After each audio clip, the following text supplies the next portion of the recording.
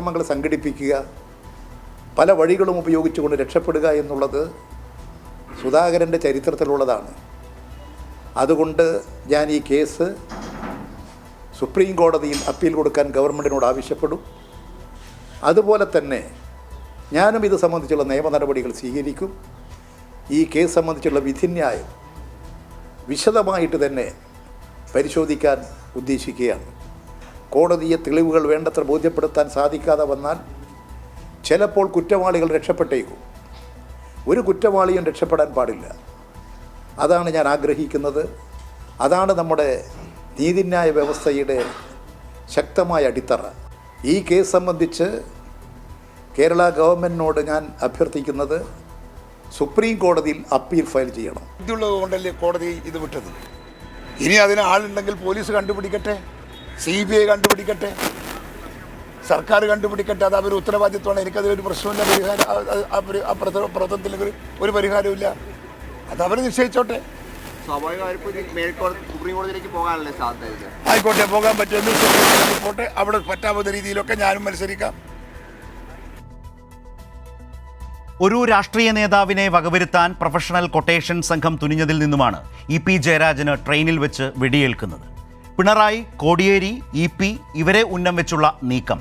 ഗുണ്ടാസംഘം വെടിയുതിർത്തത് EP-ക്ക് നേരെ. സംഭവം 1995-ലാണ്. വാടക കൊലയാളികൾ ഉടൻ പിടിയിലായി. ഉന്നത നേതാക്കൾ ഇതിനു പിന്നിലുണ്ടെന്ന് അന്നേ കേരളം തിരിച്ചറിഞ്ഞു. അത് തെറ്റിയില്ല. വാടക കൊലയാളികൾ വലിയ നേതാക്കളുടെ പേരു പറഞ്ഞു. അതിലൊരാൾ അന്ന് KPCC ജനറൽ സെക്രട്ടറിയും മുൻ മന്ത്രിയും MLA-യുമായിരുന്നു. അദ്ദേഹം ഇന്ന് KPCC പ്രസിഡന്റായി ഇരിക്കുന്നു. പേര് K. സുധാകരൻ. രണ്ടാമത്തെയാൾ അക്കാലത്ത് സംസ്ഥാനം ഭരിക്കുന്ന മന്ത്രിയായിരുന്നു. ഇന്ന് ജീവിച്ചിരിപ്പില്ല. പേര് MV രാഘവൻ. ഈ ഫ്ലാഷ് ബാക്ക് അറിഞ്ഞാലേ ഇന്നത്തെ ചർച്ചയിലേക്ക് കടക്കാനാവൂ. EP-യെ കൊലപ്പെടുത്താൻ ഗൂഢാലോചന നടത്തിയ കേസിൽ പിന്നീട് K. സുധാകരൻ പ്രതിയായി. കുറ്റപത്രവും നൽകി. CPIM നേതാക്കളെ വകവരുത്താൻ തിരുവനന്തപുരത്ത് വെച്ച് വാടക കൊലയാളികളുമായി ഗൂഢാലോചന നടത്തിയെന്ന കേസുമായി മുന്നോട്ടു പോകാമെന്ന് കോടതി തീരുമാനിച്ചു. ഇതിനെതിരെ സുധാകരൻ ഹൈക്കോടതിയിൽ പോയി. നിയമപരവും സാങ്കേതികവുമായൊരു തടസ്സം ചൂണ്ടിക്കാട്ടി സുധാകരനെതിരായ FIR നിലനിൽക്കില്ലെന്ന് ഹൈക്കോടതി ഉത്തരവ് ഇന്നു വന്നു. ഒരു കേസിൽ 2 FIR പാടില്ലെന്നാണ് കോടതി കണ്ടെത്തിയത്. എന്നുവെച്ചാൽ ഗുരുതര കുറ്റകൃത്യത്തിൽ സുധാകരൻ്റെ പങ്ക് എന്താണ് എന്ന സുപ്രധാന ചോദ്യം ഇപ്പോഴും ബാക്കിയാണ്.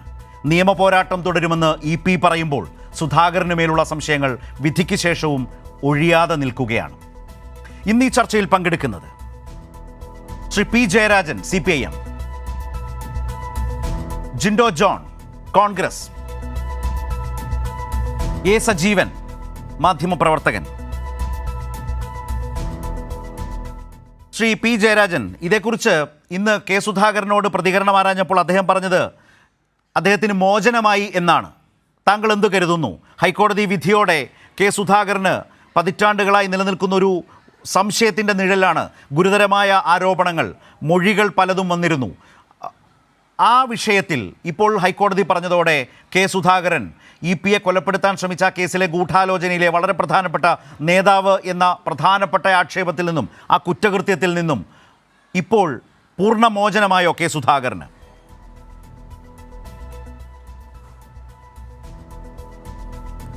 ഒരിക്കലുമില്ല. കാരണം ഇന്ന് ഹൈക്കോടതി വിധി വന്നത് 2 FIR എന്ന സാങ്കേതിക കാരണം പറഞ്ഞുകൊണ്ടാണ് ഈ ഗൂഢാലോചന സംബന്ധിച്ചുള്ള കോടതി നടപടികൾ റദ്ദാക്കിയിട്ടുള്ളത്. തീർച്ചയായിട്ടും സുപ്രീം കോടതിയിൽ അത് സംബന്ധിച്ച് അപ്പീൽ പോകും എന്ന് ഈ അക്രമത്തിനിരയായിട്ടുള്ള സഖാവ് EP ജയരാജൻ വ്യക്തമാക്കിയിട്ടുണ്ട്. ഇവിടെ പ്രധാനപ്പെട്ട കാര്യം, ഇന്ന് ഈ ഹൈക്കോടതി വിധി വന്നതിനെ തുടർന്ന് സുധാകരൻ മാധ്യമങ്ങളോട് പറഞ്ഞ കാര്യമുണ്ട്. തന്നെ ക്രിമിനലാക്കി CPIM ചിത്രീകരിച്ച് നാടാകെ പ്രചരണം നടത്തി. ഇപ്പോൾ ഈ വിധി വന്നതോടുകൂടി താൻ രക്ഷപ്പെട്ടു. അങ്ങനെയുള്ള കുറ്റാരോപണം തൻ്റെ മേൽ നിലനിൽക്കില്ല എന്നതാണ്. സുധാകരനെതിരായിട്ട് EP ജയരാജൻ വധശ്രമത്തിൻ്റെ കുറ്റം മാത്രമല്ല ഈ നാട് ആരോപിച്ചിട്ടുള്ളത്. കൊളങ്ങരോത്ത് രാഘവൻ്റെ സംഭവം നമുക്ക് ഓർമ്മയുണ്ട്. അതുപോലെ മട്ടന്നൂരിലെ നാൽപ്പാടി വാസുവിൻ്റെ സംഭവം ഓർമ്മയുണ്ട്. മാർക്സിസ്റ്റ് അക്രമവിരുദ്ധ ജാഥ നടത്തി സുധാകരൻ്റെ കൂടെയുള്ളവർ വെടിവെച്ച് കൊന്നിട്ട നാൽപ്പാടി വാസുവിൻ്റെ കേസിൽ അന്ന് UDF ഗവൺമെൻറ് ആയിരുന്നു. ആ ഗവൺമെൻറ്റിൻ്റെ കീഴിലുള്ള പോലീസ്, മട്ടന്നൂർ പോലീസ്, അന്ന് കോടതിയിൽ പ്രഥമ വിവര റിപ്പോർട്ടിട്ടു, FIR. ആ FIRൽ ഒന്നാം പ്രതി ആരാണ്? ഈ സുധാകരൻ.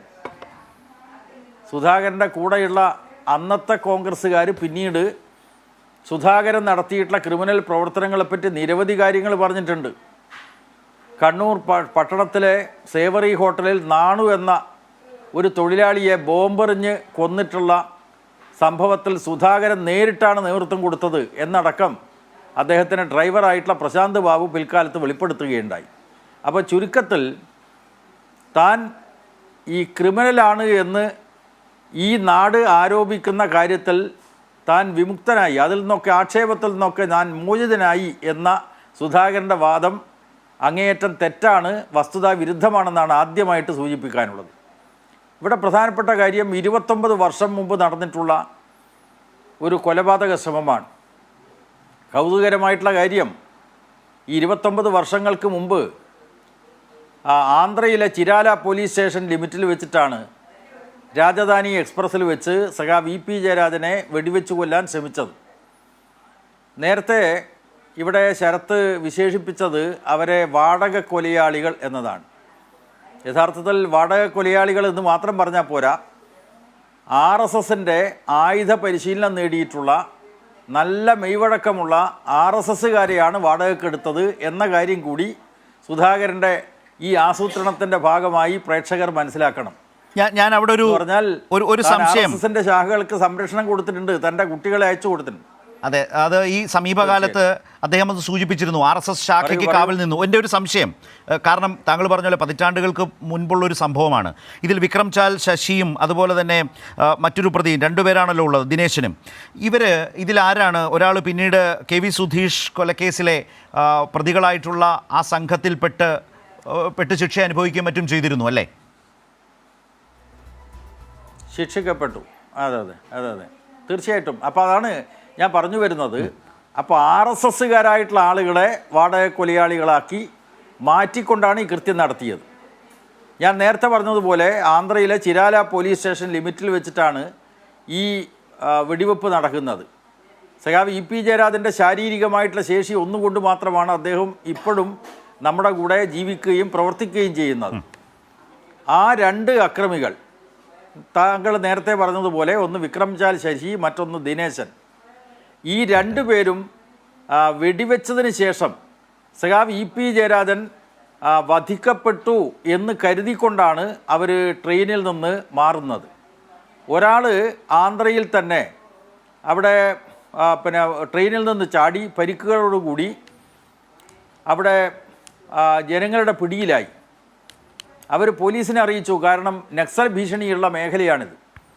അപ്പോൾ നക്സലൈറ്റാണോ? കാരണം അദ്ദേഹത്തിൻ്റെ കൈവശം തോക്കുണ്ട്.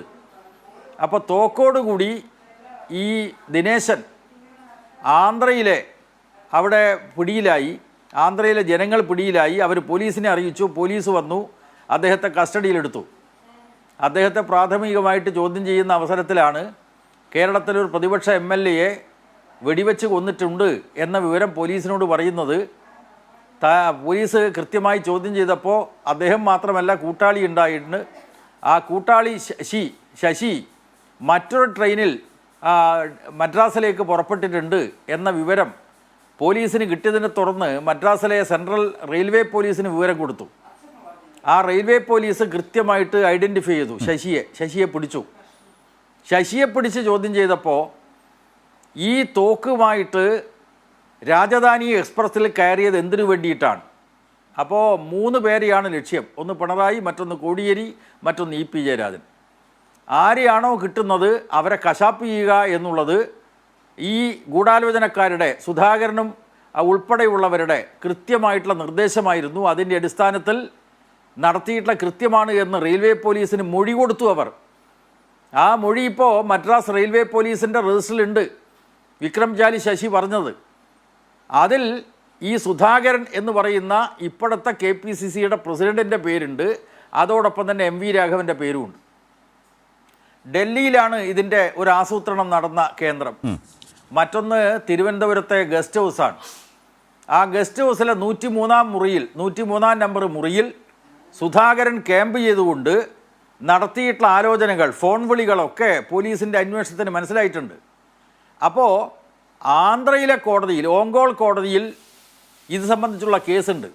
ആ കേസ് യഥാർത്ഥത്തിൽ കൃത്യമായിട്ടുള്ള അന്വേഷണത്തിലേക്ക് ആന്ധ്ര പോലീസ് മുന്നോട്ട് പോയപ്പോൾ കോൺഗ്രസിൻ്റെ കേന്ദ്ര ഗവൺമെൻറ്റിൻ്റെ സ്വാധീനം ഉപയോഗിച്ച് ഞാൻ മനസ്സിലാക്കുന്നത് നരസിംഹറാവു തന്നെ ഇടപെട്ടു എന്നാണ്. അപ്പോൾ അതിൽ ഈ കൃത്യം നടത്തിയ, വധശ്രമം നടത്തിയിട്ടുള്ള, രക്ഷപ്പെട്ടു ജയരാജൻ, അപ്പോൾ കൊല നടത്തിയെന്നാണ് അവർ വിശ്വസിച്ചത്. കൊല വിജയിച്ചു, തങ്ങളുടെ ഉദ്ദേശം വിജയിച്ചു എന്ന അടിസ്ഥാനത്തിലാണ് അവർ ട്രെയിനിൽ നിന്ന് ചാടുന്നതും മറ്റൊരു ട്രെയിനിൽ മാറിയിട്ട് കയറി പോകുന്നതും. അപ്പോൾ ആ ഒരു കേസിൽ ഗൂഢാലോചനയുടെ പാർട്ട് ആന്ധ്ര പോലീസ് അന്വേഷിക്കുന്നതിൽ നിന്ന് തടയാൻ വേണ്ടി കോൺഗ്രസ് സ്വാധീനിച്ചു. ഇതാണ് കോൺഗ്രസ്. അപ്പോൾ സുധാകരൻ ഈ കേസിൽ പെടാതിരിക്കാൻ വേണ്ടിയുള്ള കൃത്യമായ ഇടപെടലുണ്ടായി. ആന്ധ്ര പോലീസ് കേരളത്തിൽ വന്ന് അന്വേഷിച്ചിട്ടുണ്ട്. കാരണം കേരളത്തിലാണ് ഗൂഢാലോചനയുടെ മറ്റൊരു കേന്ദ്രം.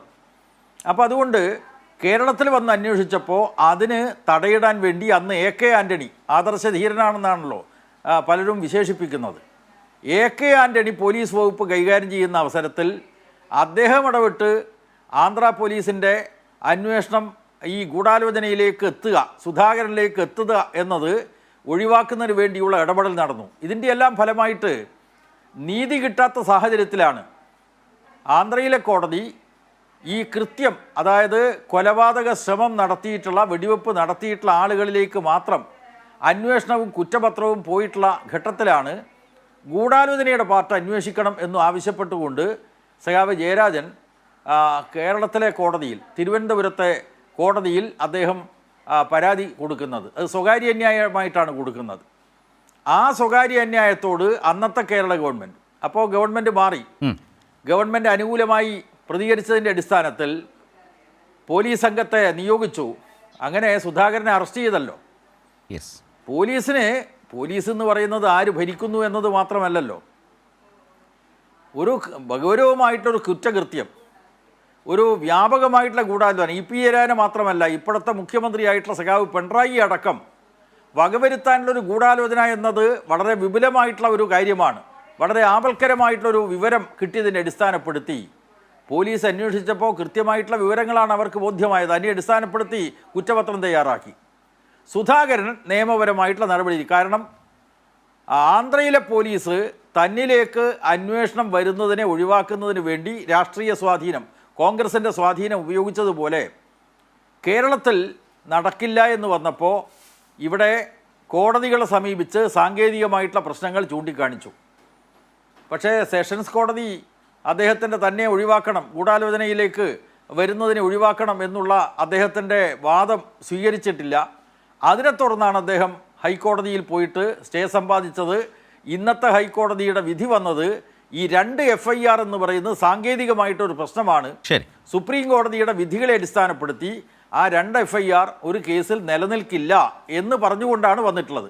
അതേസമയം ഹൈക്കോടതിയുടെ വിധി സൂക്ഷ്മമായി വായിച്ചു കഴിഞ്ഞാൽ ഈ കൃത്യമായിട്ടുള്ള ഗൂഢാലോചന സംബന്ധിച്ച് അന്വേഷിക്കുന്നതിൽ നിന്നും പോലീസിനെ യാതൊന്നും തടയുന്നില്ല.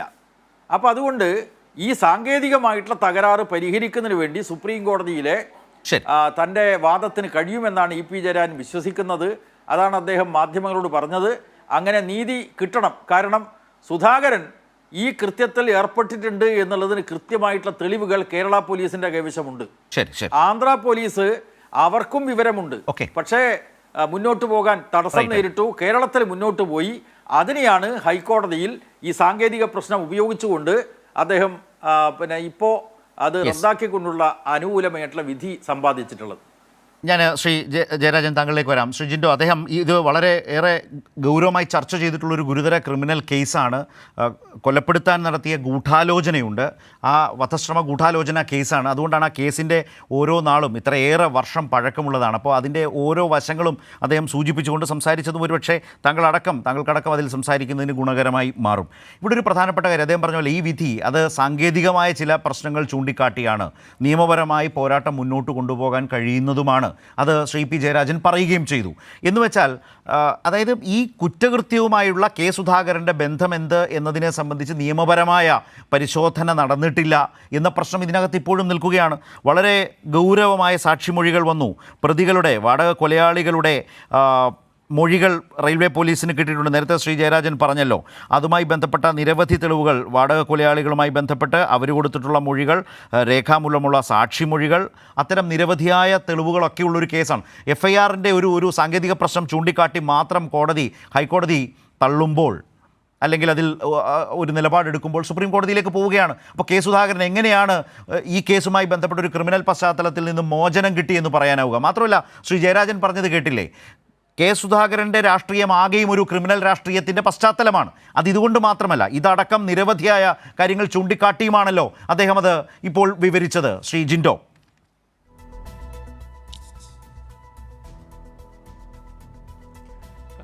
ശരത്ത്, അദ്ദേഹം അത്രയും സവിസ്തരം കാര്യങ്ങൾ പറഞ്ഞത് ഒരു കണക്കിന് ഈ പ്രേക്ഷകർക്കും നമുക്ക് എല്ലാവർക്കും കുറച്ച് എളുപ്പമാണ്. അപ്പോൾ അദ്ദേഹം പറഞ്ഞ കാര്യങ്ങളിൽ നിന്ന് രണ്ട് വശങ്ങളും അതിൽ വരുന്നുണ്ട് എന്നുള്ളത് കൊണ്ട് തന്നെ അത് എളുപ്പത്തിൽ താങ്കൾ സ്റ്റേറ്റ് ചെയ്ത കാര്യം സത്യമാണ്. ആളുകൾക്ക് കുറേ കൂടി കാര്യങ്ങൾ വ്യക്തമാവും. അദ്ദേഹം പറഞ്ഞതെന്ന് ഞാൻ മനസ്സിലാക്കുന്നത് ഓരോ ഗവൺമെൻറ് മാറുമ്പോഴും പോലീസിൻ്റെ നയം മാറുമെന്നാണ്. അങ്ങനെയാണെങ്കിൽ ഇപ്പോൾ കേരളം ഭരിക്കുന്ന പിണറായി വിജയൻ സർക്കാരിൻ്റെ നയമായിരിക്കും കേരളത്തിലെ ഇപ്പോഴത്തെ പോലീസ് പുലർത്തുന്നത് എന്ന് വേണം നമ്മൾ അനുമാനിക്കാൻ. അത് മറ്റൊരു വിഷയമായതുകൊണ്ട് ഞാൻ അതിനെക്കുറിച്ച് പറയുന്നില്ല. പക്ഷേ ഇന്ന് കേരളത്തിലെമ്പാടും ചർച്ച ചെയ്യുന്ന ഒരു കാര്യമുണ്ട്. 2-2.5 പതിറ്റാണ്ട് മുമ്പ് ഇത്തരത്തിലൊരു ആരോപണം വരുന്നു. EP ജയരാജന് വെടികൊണ്ടു എന്നുള്ള കാര്യത്തിൽ തർക്കമൊന്നുമില്ല, അദ്ദേഹത്തിന് വെടികൊണ്ടിട്ടുണ്ട്. അപ്പോൾ ആ കാര്യത്തിൽ തർക്കമൊന്നുമില്ല. പക്ഷേ ഇതിൽ നേരിട്ട് കുറ്റവാളിയല്ലാത്ത CPM എല്ലാ കാലത്തും ആരോപിച്ചതുപോലെയുള്ള തികച്ചും വ്യാജമായിട്ടുള്ള കള്ളപ്രചരണങ്ങൾക്ക് ഇന്ന് കോടതിയിൽ നിന്ന് സുധാകരന് അനുകൂലമായിട്ടൊരു വിധി വരുമ്പോൾ അപ്പീൽ പോകാനുള്ള സ്വാതന്ത്ര്യവും അവകാശവും ഒക്കെ EP ജയരാജനുണ്ട്. പക്ഷേ പറ്റുമെങ്കിൽ അപ്പീലിന് പോകുന്ന ചെലവെങ്കിലും കേരളത്തിൻ്റെ പൊതുഖജനാവിൽ നിന്ന് എടുക്കാതിരിക്കാനുള്ള ഒരു സാമാന്യ വിവേകമെങ്കിലും CPM നേതൃത്വം കാണിക്കണം എന്നുകൂടി ആദ്യമേ പറയാനുണ്ട്. പിന്നെ MB രാഘവൻ്റെ റോൾ എന്താണെന്ന് കൂടി ഈ ചർച്ചയിൽ ത്തിൽ തന്നെ P ജയരാജൻ പറഞ്ഞിരുന്നെങ്കിൽ കുറെ കൂടി എളുപ്പമായിരുന്നു. കാരണം MB രാഘവൻ അത് അന്ന് മന്ത്രിയായിരുന്ന കാലഘട്ടത്തിലാണ്. ഈ കെ സുധാകരൻ മാത്രമല്ല, നിങ്ങൾ ശരത്ത് തുടക്കത്തിൽ സൂചിപ്പിച്ചതിലും മന്ത്രിയായിരുന്ന MB രാഘവന്റെ പേര് പറയുന്നുണ്ട്. പക്ഷേ P ജയരാജൻ MB രാഘവന്റെ പേര് പറയാതെ കടന്നു പോകുന്നു. അത് എന്തുകൊണ്ടാണ് എന്നുകൂടി സൂചിപ്പിച്ചാൽ നല്ലതാണ്. മരണപ്പെട്ടു പോയ MB രാഘവന്റെ പങ്കും കൂടി നിങ്ങൾ അല്ല ഞാൻ പറയട്ടെ. MB രാഘവനും ഇതേ അളവിൽ തന്നെ ഇപ്പോഴും CPMന്റെ മുൻപിലുണ്ടോ? ഓക്കെ അപ്പോൾ ഞാൻ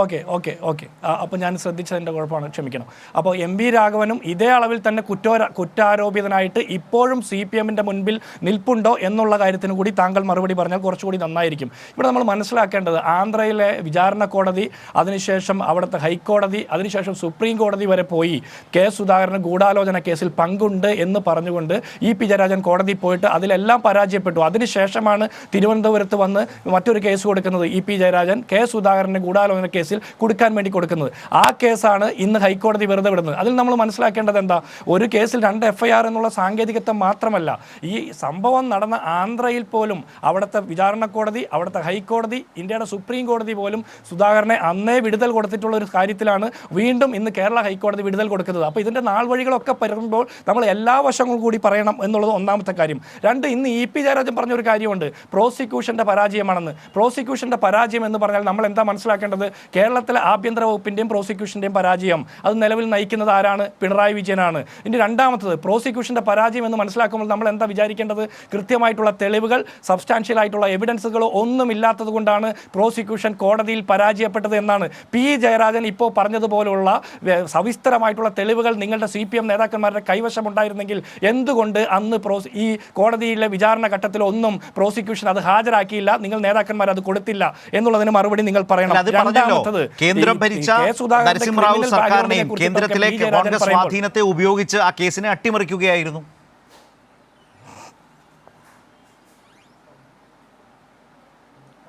അങ്ങനെയാണെങ്കിൽ അത് അന്നത്തെ കാര്യമല്ലേ? ഇപ്പോൾ ഹൈക്കോടതിയിൽ പ്രോസിക്യൂഷൻ പരാജയപ്പെട്ടത് എങ്ങനെയാ? ഇപ്പോൾ കേന്ദ്രം ഭരിക്കുന്നത് നരേന്ദ്രമോദി സർക്കാരാ, കേരളം ഭരിക്കുന്നത് ആരാണ്? പിണറായി വിജയൻ സർക്കാരാണ്. ഇപ്പോൾ നിങ്ങളുടെ പ്രോസിക്യൂഷൻ പരാജയപ്പെട്ടത് കൊണ്ടാണല്ലോ ഇപ്പോൾ കെ സുധാകരൻ വിടുതൽ ഹർജി കിട്ടുന്നത്. അദ്ദേഹം കുറ്റാരോപിതനല്ല എന്ന് വളരെ കാതലായ ഒരു നിയമതർക്കം ഇപ്പോൾ സെഷൻസ് കോടതിയിൽ പോയപ്പോൾ ഈ FIR പ്രകാരം ഈ കുറ്റപത്രവുമായി മുന്നോട്ട് പോകാമെന്ന് സെഷൻസ് കോടതി പറയുന്നു, ഹൈക്കോടതി സിംഗിൾ ബെഞ്ച് പറയുന്നു അത് പറ്റില്ല. എന്ന് വെച്ചാൽ അതിനപ്പുറത്തേക്ക് നിയമപരമായി ഈ വിഷയം പരിശോധിക്കാനുള്ളൊരു അവസരമാണ്. എന്ന് വെച്ചാൽ ഈ കേസിൻ്റെ മെറിറ്റിലേക്ക് പോയിട്ടില്ലെന്നേ. കെ സുധാകരൻ്റെ ഗൂഢാലോചനയിലെ പങ്കെന്ത്, ഈ മൊഴികൾ വിശ്വസനീയമാണോ, ഈ മൊഴികളുടെ അടിസ്ഥാനത്തിലെ മറ്റ് തെളിവുകൾ പരിശോധിച്ചു, ഇതൊന്നും ചെയ്തിട്ടില്ല. അതുകൊണ്ടാണ് സാങ്കേതികം എന്ന് പറയുന്നത്. മെറിറ്റിൽ ഈ കുറ്റകൃത്യവുമായി ബന്ധപ്പെട്ട കേസിൻ്റെ മെറിറ്റിലെ കെ സുധാകരൻ്റെ പങ്കിലേക്ക് അന്വേഷണം ഈ കോടതി നടപടികൾ പോയിട്ടില്ല. ടിൻഡോ? ശരത്തെ, എനിക്ക് ആ കാര്യത്തിൽ തർക്കമില്ലെന്നേ. എൻ്റെ തർക്കം എവിടെയാ? ആന്ധ്രയിലെ വിചാരണ കോടതി, ആന്ധ്ര ഹൈക്കോടതി, ഇന്ത്യയുടെ സുപ്രീം കോടതി ഒക്കെ ഒഴിവാക്കി കൊടുത്ത ഒരു കേസിൽ വീണ്ടും കെ സുധാകരനെ പ്രതി ചേർക്കാൻ വേണ്ടിയിട്ട് ഗൂഢലക്ഷ്യത്തോടു കൂടി പരാതി കൊടുക്കുന്നു. അങ്ങനെ കേസെടുക്കുന്നു. ആ കേസാണ് വീണ്ടും കേരള ഹൈക്കോടതി. അല്ല, ഞാൻ പിന്നെ രക്ഷയില്ല. പിന്നെ കേരളത്തിലേക്ക് വരിക എന്നുള്ളതേ ഉള്ളൂ. ഗൂഢാലോചന നടന്നത് തിരുവനന്തപുരത്ത് തൈക്കാട് ഗസ്റ്റ് ഹൗസിലാണ്. അപ്പോൾ ദില്ലിയിൽ നടന്നിട്ടുണ്ട്. തിരുവനന്തപുരത്ത് ജൂറിസ്ഡിക്ഷൻ എടുത്ത് ഇ പി ജയരാജൻ സ്വകാര്യ ഹർജി കൊടുക്കുന്നു. കോടതി അത് ഫയലിൽ സ്വീകരിക്കുന്നു. അന്വേഷണം നടക്കുന്നു. കെ സുധാകരനെ അറസ്റ്റ് ചെയ്യുന്നു. അറസ്റ്റ് ചെയ്ത കെ സുധാകരൻ ജാമ്യം നേടാൻ കള്ളസത്യവാങ്മൂലം കൊടുത്തു എന്നൊരു പ്രശ്നം രൂപപ്പെടുന്നു. അതിനെതിരെ സുപ്രീം കോടതി അതിൽ നടപടി ഉണ്ടാകുന്നുണ്ട് കേട്ടോ. അപ്പോൾ അതിൻ്റെ പേരിൽ സുധാകരനെ പ്രോസിക്യൂട്ട് ചെയ്യണമെന്ന് തിരുവനന്തപുരത്ത് സെഷൻസ് കോടതി അക്കാലത്ത് കണ്ടെത്തിയിട്ടുണ്ട്. അന്ന് അദ്ദേഹം MLA ആണെന്ന് ഓർക്കണം. അപ്പോൾ അതിനെതിരെ കെ സുധാകരൻ ഹൈക്കോടതിയെ സമീപിച്ചെങ്കിലും പ്രോസിക്യൂഷൻ നടപടി തുടരാം എന്നാണെന്ന് ജസ്റ്റിസ് രാജേന്ദ്ര ബാബുവിൻ്റെ ഉത്തരവ് ഓർക്കണം. അതിനുശേഷം കെ സുധാകരൻ അന്ന് സുപ്രീം കോടതിയിൽ പോയി സ്റ്റേ വാങ്ങിയതുകൊണ്ടാണ് കഷ്ടിച്ച് രക്ഷപ്പെട്ടെന്ന് അങ്ങനെ നിൽക്കുന്നത്. ഇപ്പം ഇങ്ങനൊരു ചരിത്രം ഈ കേസിനുണ്ടെന്നേ. അല്ല, ഞാൻ ശരത്തെ, ഈ ചരിത്രമൊക്കെ നിങ്ങൾ വായിച്ചോ? പക്ഷെ ഞാൻ എൻ്റെ ഭാഗം പൂർത്തിയാക്കാൻ എനിക്കൊരു 1.5 മിനിറ്റ്. ഈ ചരിത്രമൊക്കെ നിൽക്കുമ്പോൾ അന്ന് നരസിംഹറാവു ഗവൺമെൻറ്, അന്ന് കേരളത്തിലെ AK ആന്റണി ഗവൺമെൻറ് എന്നൊക്കെ നിങ്ങൾ പറയുന്നു. ഇന്ന് കേരളത്തിലെ പ്രോസിക്യൂഷൻ നേതൃത്വം കൊടുക്കുന്ന ആരാ? പിണറായി വിജയൻ സർക്കാരല്ലേ? ഇപ്പോഴല്ലേ ഹൈക്കോടതി വിധി വരുന്നത്? ഇപ്പോൾ ഹൈക്കോടതി വിധി വരുമ്പോൾ പ്രോസിക്യൂഷൻ പരാജയപ്പെട്ടു എന്ന് പറഞ്ഞാൽ കേരളത്തിലെ പിണറായി വിജയൻ നേതൃത്വം കൊടുക്കുന്ന പ്രോസിക്യൂഷൻ പരാജയപ്പെട്ടു. ഈ പി ജയരാജൻ പറഞ്ഞിട്ടുള്ള അല്ലെങ്കിൽ പ്രോസിക്യൂഷൻ കൊടുത്തിട്ടില്ല. നമ്മളൊരു കേസും കേസിന്റെ പിന്നിലത്തെ വകുപ്പുകളും അതിലെ കോടതി നടപടികളൊക്കെയാണല്ലോ, FIR എന്ന് പറയുന്നതിന്റെ ഒരേ കേസിലെ 2 FIR എന്ന് പറയുന്ന പ്രോസിക്യൂഷന്റെ ഭാഗത്തിലെ തെളിവുകൾ കോടതി പരിശോധിച്ചിട്ടില്ലെന്നേ. അതിനുള്ള അവസരം ഈ കേസിൽ ഒരുങ്ങിയിട്ടില്ല ഇതുവരെ ഇവിടെ കേരളത്തിൽ. അതിനു മുമ്പാണ് അതിനെ തടസ്സപ്പെടുത്തിക്കൊണ്ട് കെ സുധാകരൻ ഇങ്ങനെ പോകുന്നത്. തെളിവുകൾ ഇല്ലാത്തതിന്റെ പേരിലാണ് ഇന്ന് അദ്ദേഹത്തെ കുറ്റവിമുക്തർ. അല്ല, തെളിവുകളില്ലാത്തതിന്റെ പേരിലല്ല. ഇത് എത്രയോ വട്ടം പ്രോസിക്യൂഷന്റെ മുമ്പിൽ വന്നു, സുപ്രീം കോടതി വരെ പോയി. ഒരേ കേസിൽ 2 FIR അത് പാടില്ല എന്ന് പറയുന്ന ഒരു നിയമവശമാണ് കോടതി ചൂണ്ടിക്കാട്ടിയിട്ടുള്ളത്. ഈ പ്രശ്നം തിരുവനന്തപുരത്തെ സെഷൻസ് കോടതിക്ക് മുമ്പാകെ ഉണ്ടായിരുന്നു. കോടതി അന്ന് അംഗീകരിച്ചു, സുധാകരന്റെ വാദം തള്ളി. ഹൈക്കോടതി വ്യത്യസ്തമായ നിലപാടെടുക്കുന്നു. ഇനി ഇതിന് മുകളിലുള്ള കോടതി ഈ 2 കോടതികളുടെയും വ്യത്യസ്ത നിലപാടുകളെ പരിശോധിക്കാൻ പോകുന്നു. അതുകൊണ്ടാണ് സുപ്രീം കോടതിയിലേക്ക് പോകുന്നത്. ഇതിനർത്ഥം ജിൻഡോ, നമ്മൾ തമ്മിൽ തർക്കിക്കാനുള്ള കേസ് ഇതിലില്ല, രാഷ്ട്രീയ പ്രശ്നങ്ങളൊന്നും അല്ലല്ലോ. എന്ന് വെച്ചാൽ ഈ കേസിൻ്റെ മെറിറ്റിൽ തെളിവുകൾ പരിശോധിക്കുന്ന ഘട്ടമല്ല. Subject to correction. ഞാൻ തിരിച്ചു വരുമ്പോൾ ശ്രീ ജയരാജൻ അതേക്കുറിച്ച് പറയട്ടെ, അദ്ദേഹത്തിൻ്റെ ഭാഗം. ശ്രീ ജിൻഡോ പൂർത്തിയാക്കും. അല്ല, ഇതിൽ നമ്മളിങ്ങനെ തർക്കിച്ചാൽ 2 കൂട്ടർക്കും പറയാനുള്ളത് ഇങ്ങനെ തന്നെ പോവുള്ളൂ. കൂടുതൽ മാറ്റമൊന്നും വരാൻ പോകുന്നില്ല എന്ന് 2 കൂട്ടർക്ക് പറയാം. ഞാൻ പൂർത്തിയാക്കാൻ പോകുന്ന പോയിന്റ്, പി ജയരാജൻ കെ സുധാകരന്റെ ക്രിമിനൽ ബാക്ക്ഗ്രൗണ്ടിനെ കുറിച്ച് പറഞ്ഞു. ഈ പി ജയരാജൻ തന്നെയാണ് അത് പറയാൻ ഏറ്റവും യോഗ്യൻ കേരളത്തിൽ. കാരണം അരിയിൽ ഷുക്കൂർ കേസിൽ പ്രതി ചേർക്കപ്പെട്ടപ്പോൾ കേരളത്തിന്റെ വടക്കേ അറ്റത്ത് നിന്ന് തെക്കേ അറ്റം വരെ ബോധം കെട്ട് യാത്ര ചെയ്ത പി ജയരാജൻ തന്നെ പറയണം കെ സുധാകരന്റെ ക്രിമിനൽ ബാക്ക്ഗ്രൗണ്ടിനെ കുറിച്ചിട്ട്. കണ്ണൂർ രാഷ്ട്രീയത്തെക്കുറിച്ചും വടക്കൻ കേരളത്തിലെ CPM കൊലപാതക രാഷ്ട്രീയത്തെക്കുറിച്ചും പറയാൻ ഏറ്റവും യോഗ്യൻ താങ്കളാണ് എന്നുള്ളത് കൊണ്ട് തന്നെ ഞാൻ അതിനെക്കുറിച്ച് വേറെ ഒന്നും പറയുന്നില്ല.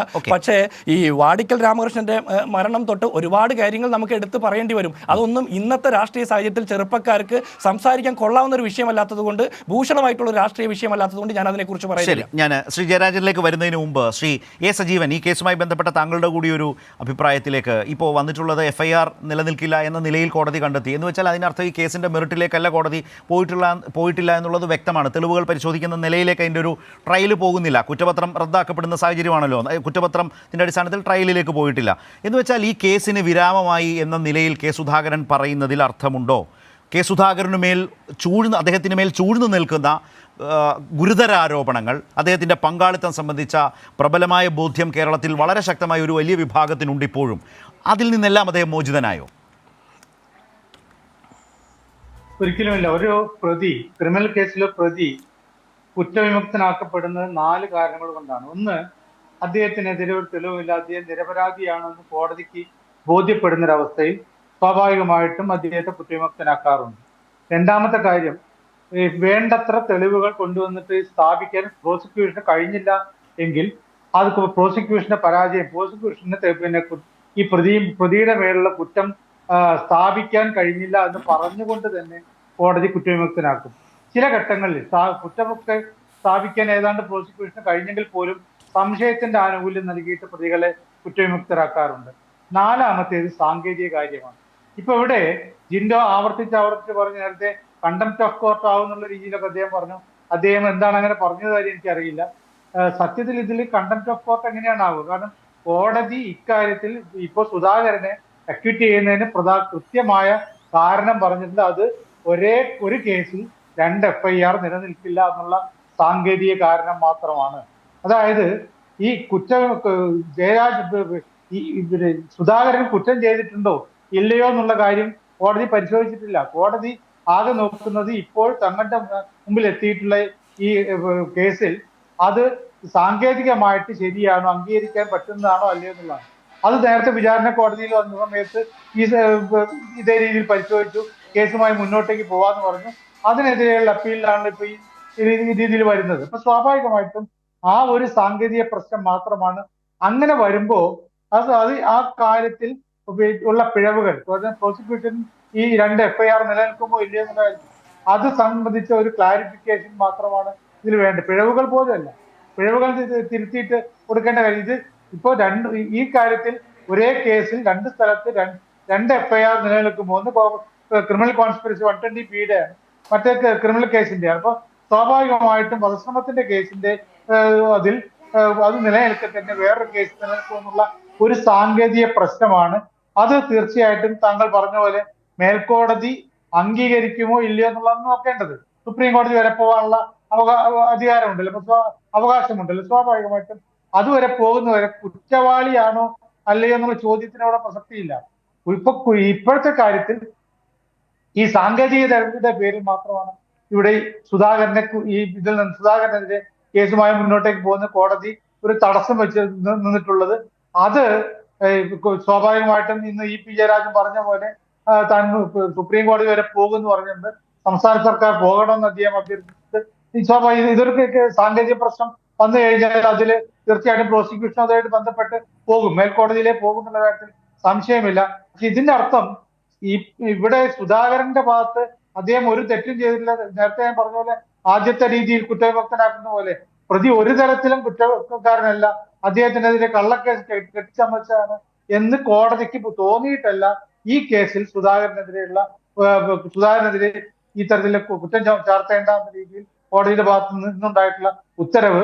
അതിനെ ആ സാങ്കേതിക വെച്ചുകൊണ്ട് അദ്ദേഹം ഈ സംഭവത്തിൽ തെറ്റ് ചെയ്തിട്ടുണ്ടോ ഇല്ലയോ എന്നുള്ള കാര്യം പറയുന്നതിൽ പോലും കാര്യമില്ല. കാരണം ഇവിടെ ഒരു കാര്യം ഉറപ്പാണ്, 29 വർഷം മുമ്പ് EP ജയരാജനെ ട്രെയിനിൽ വെച്ച് വെടിയേറ്റിരുന്നു എന്നുള്ള കാര്യം യാഥാർത്ഥ്യമാണ്. പിടിയിലായ പ്രതികളുടെ മൊഴി ശ്രീ P ജയരാജനോട് പറഞ്ഞ പോലെ അതിൽ ആരൊക്കെ നിർദ്ദേശിച്ചിട്ടാണ്, തങ്ങൾക്ക് വ്യക്തിപരമായ വിരോധം കൊണ്ടല്ല, ആരോ നിർദ്ദേശിച്ചാണുള്ള കാര്യത്തിൽ പറഞ്ഞത്, അത് ആരാണെന്നുള്ള കാര്യം പറഞ്ഞത്. അത് സ്ഥാപിക്കാൻ വേണ്ട രീതിയിൽ വേണമെങ്കിൽ ക്രിമിനൽ കോൺസ്പിറസി സ്ഥാപിച്ചെടുക്കണം.